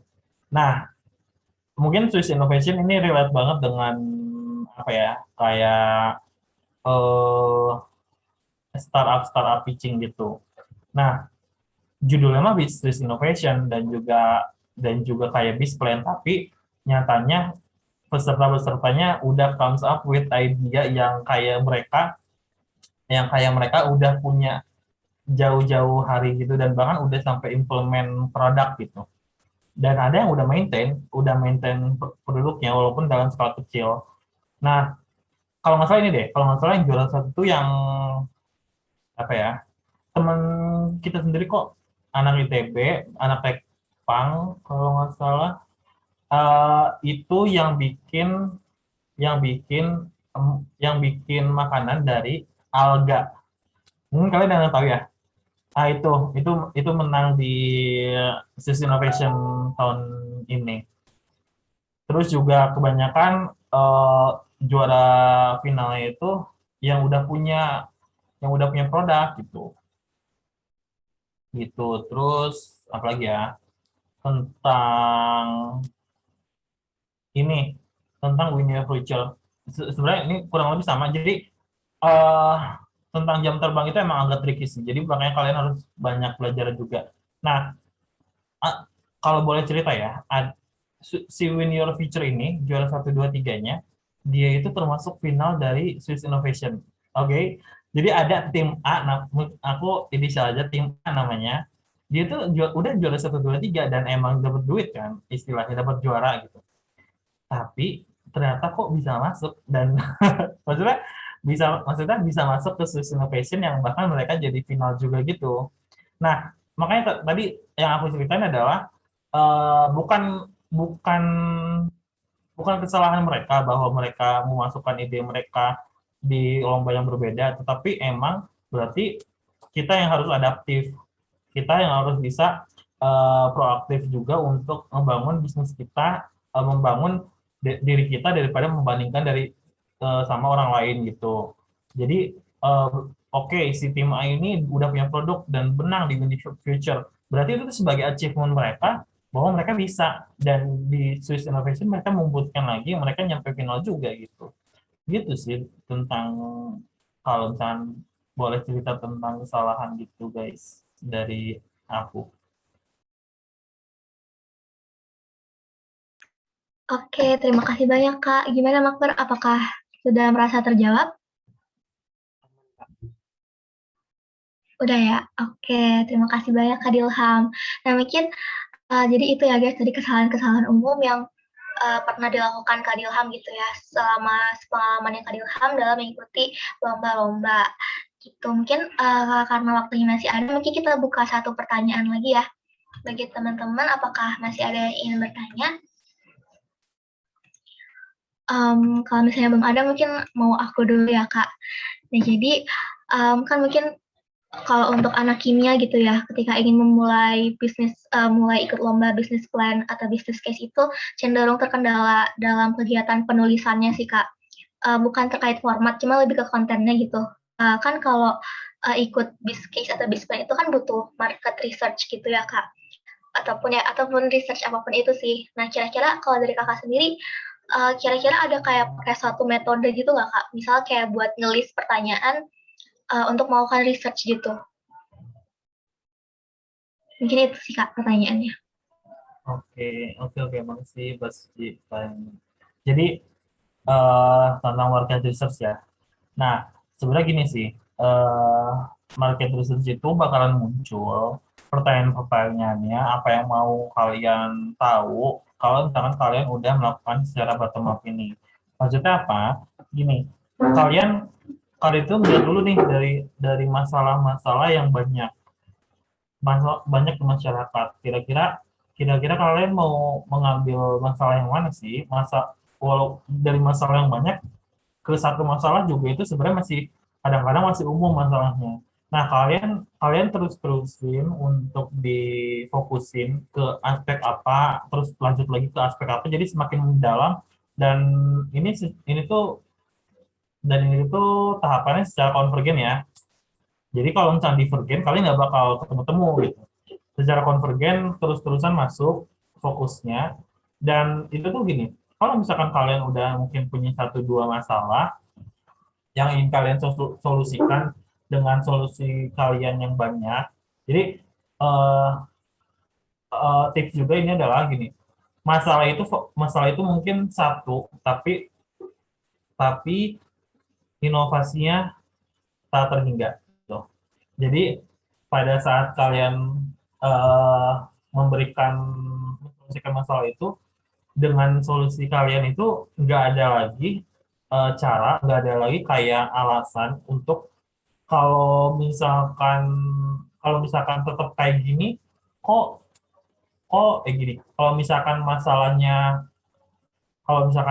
kayak gini, kalian bisa nggak dengan solusi A, ternyata masih ada blind spotnya gitu loh, makanya solusinya harus banyak. Nah, terus ini juga tentang balik ke market research itu, oke, kalian udah punya masalah yang terfokus. Nah, dari situ kira-kira apa sih yang mau kalian refleksikan, yang kalian mau dapatkan, tapi nggak ada datanya, baik itu dari data sekunder, makanya kalian dapatkan dari data primer gitu. Kalian juga data primer ini sebagai validasi. Oke, kalian punya hipotesis dulu, mungkin familiar ya sama hipotesis ya. Jadi kalian punya hipotesis dulu di awal. Apakah benar nih Gen Z itu kayak gini. Nah, itu tuh dari market research, selain kalian bisa mendapatkan data yang kalian inginkan sedangkan nggak ada di internet gitu ya misal, itu tuh bisa sebagai validator juga. Jadi ternyata kalau misalkan banyak pertanyaannya adalah bukan yang mencerminkan hipotesis kalian di awal, berarti asumsi kalian tuh salah gitu. Dan kalian nggak bisa keras kepala untuk aku maunya Gen Z itu gini loh, gitu. Kalau misalkan tetap kayak gitu, kalian mau menjawab permasalahan Gen Z yang nggak equilibrium gitu, nggak match gitu loh.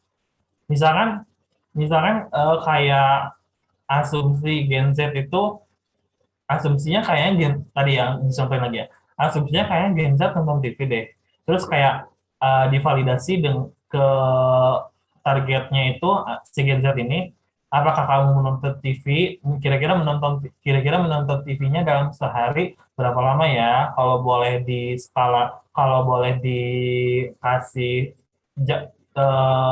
range waktu berapa jam gitu sehari. Nah, kalau misalkan jawabannya adalah 0 jam dalam sehari, berarti itu adalah refleksi Gen Z sebenarnya. Jadi kalian benar-benar bisa ngeliat di lapangan tuh gimana sih. Nah, daripada nanti solusinya kalian bikin iklan kopi di TV. Ya bener lah, nggak ada yang nontonin karena pada saat di lapangan si anak Gen Z-nya itu nggak ada yang nonton TV Samsung, ya udah bisnis kalian hancur. Atau kalau misalkan di bisnis case-nya itu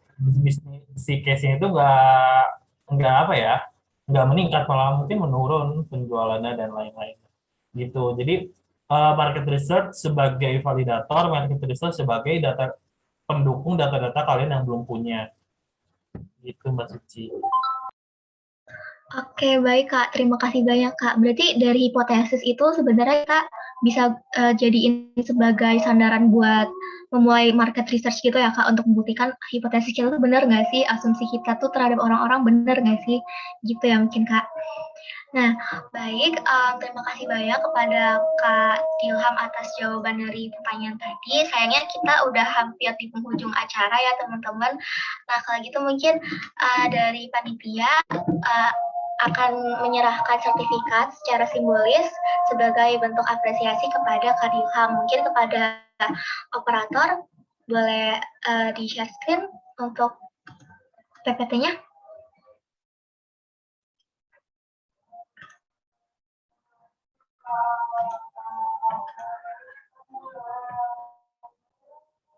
Oke, baik. Ini sudah mungkin kepada tim Dokum sudah langsung memimpin ya. Iya. Mungkin pada Kak Dilham sama Kak Suci boleh memberikan gaya terbaik. 1, 2, 3. 1, 2, 3. Sudah, terima kasih. Baik, terima kasih Dewi. Nah, selanjutnya kita akan ada sesi dokumentasi bersama ya teman-teman. Jadi mungkin boleh on cam lagi ya. Karena kita akan sesi dokumentasi bersama. Mungkin kita tunggu dulu ya. Mungkin kepada Ica.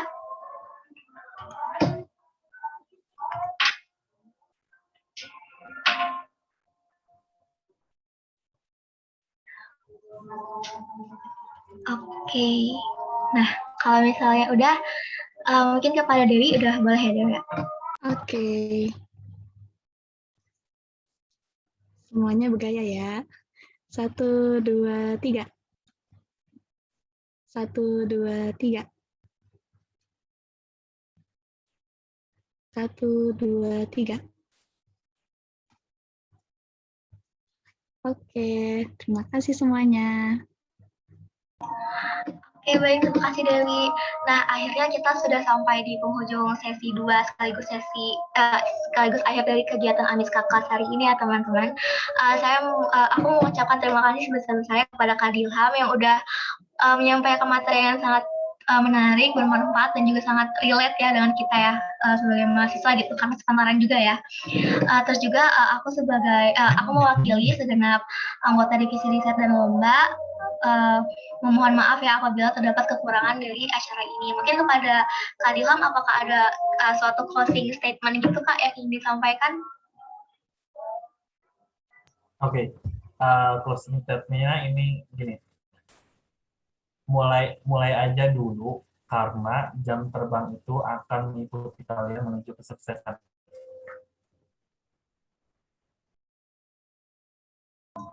Oke, keren banget Kak. Nah itu betul banget, aku setuju banget tuh guys. Kita kayak don't think too much gitu ya. Kayak coba aja dulu, nanti kan seiring berjalannya waktu kan pasti kayak makin banyak gitu yang kalian dapet, yang kalian pelajarin gitu. Baik, terima kasih kepada Kak Dilham ya. Suatu kehormatan juga ya bagi divisi riset dan lomba Amiska bisa mengundang Kak Dilham nih yang prestasinya udah banyak banget gitu ya teman-teman.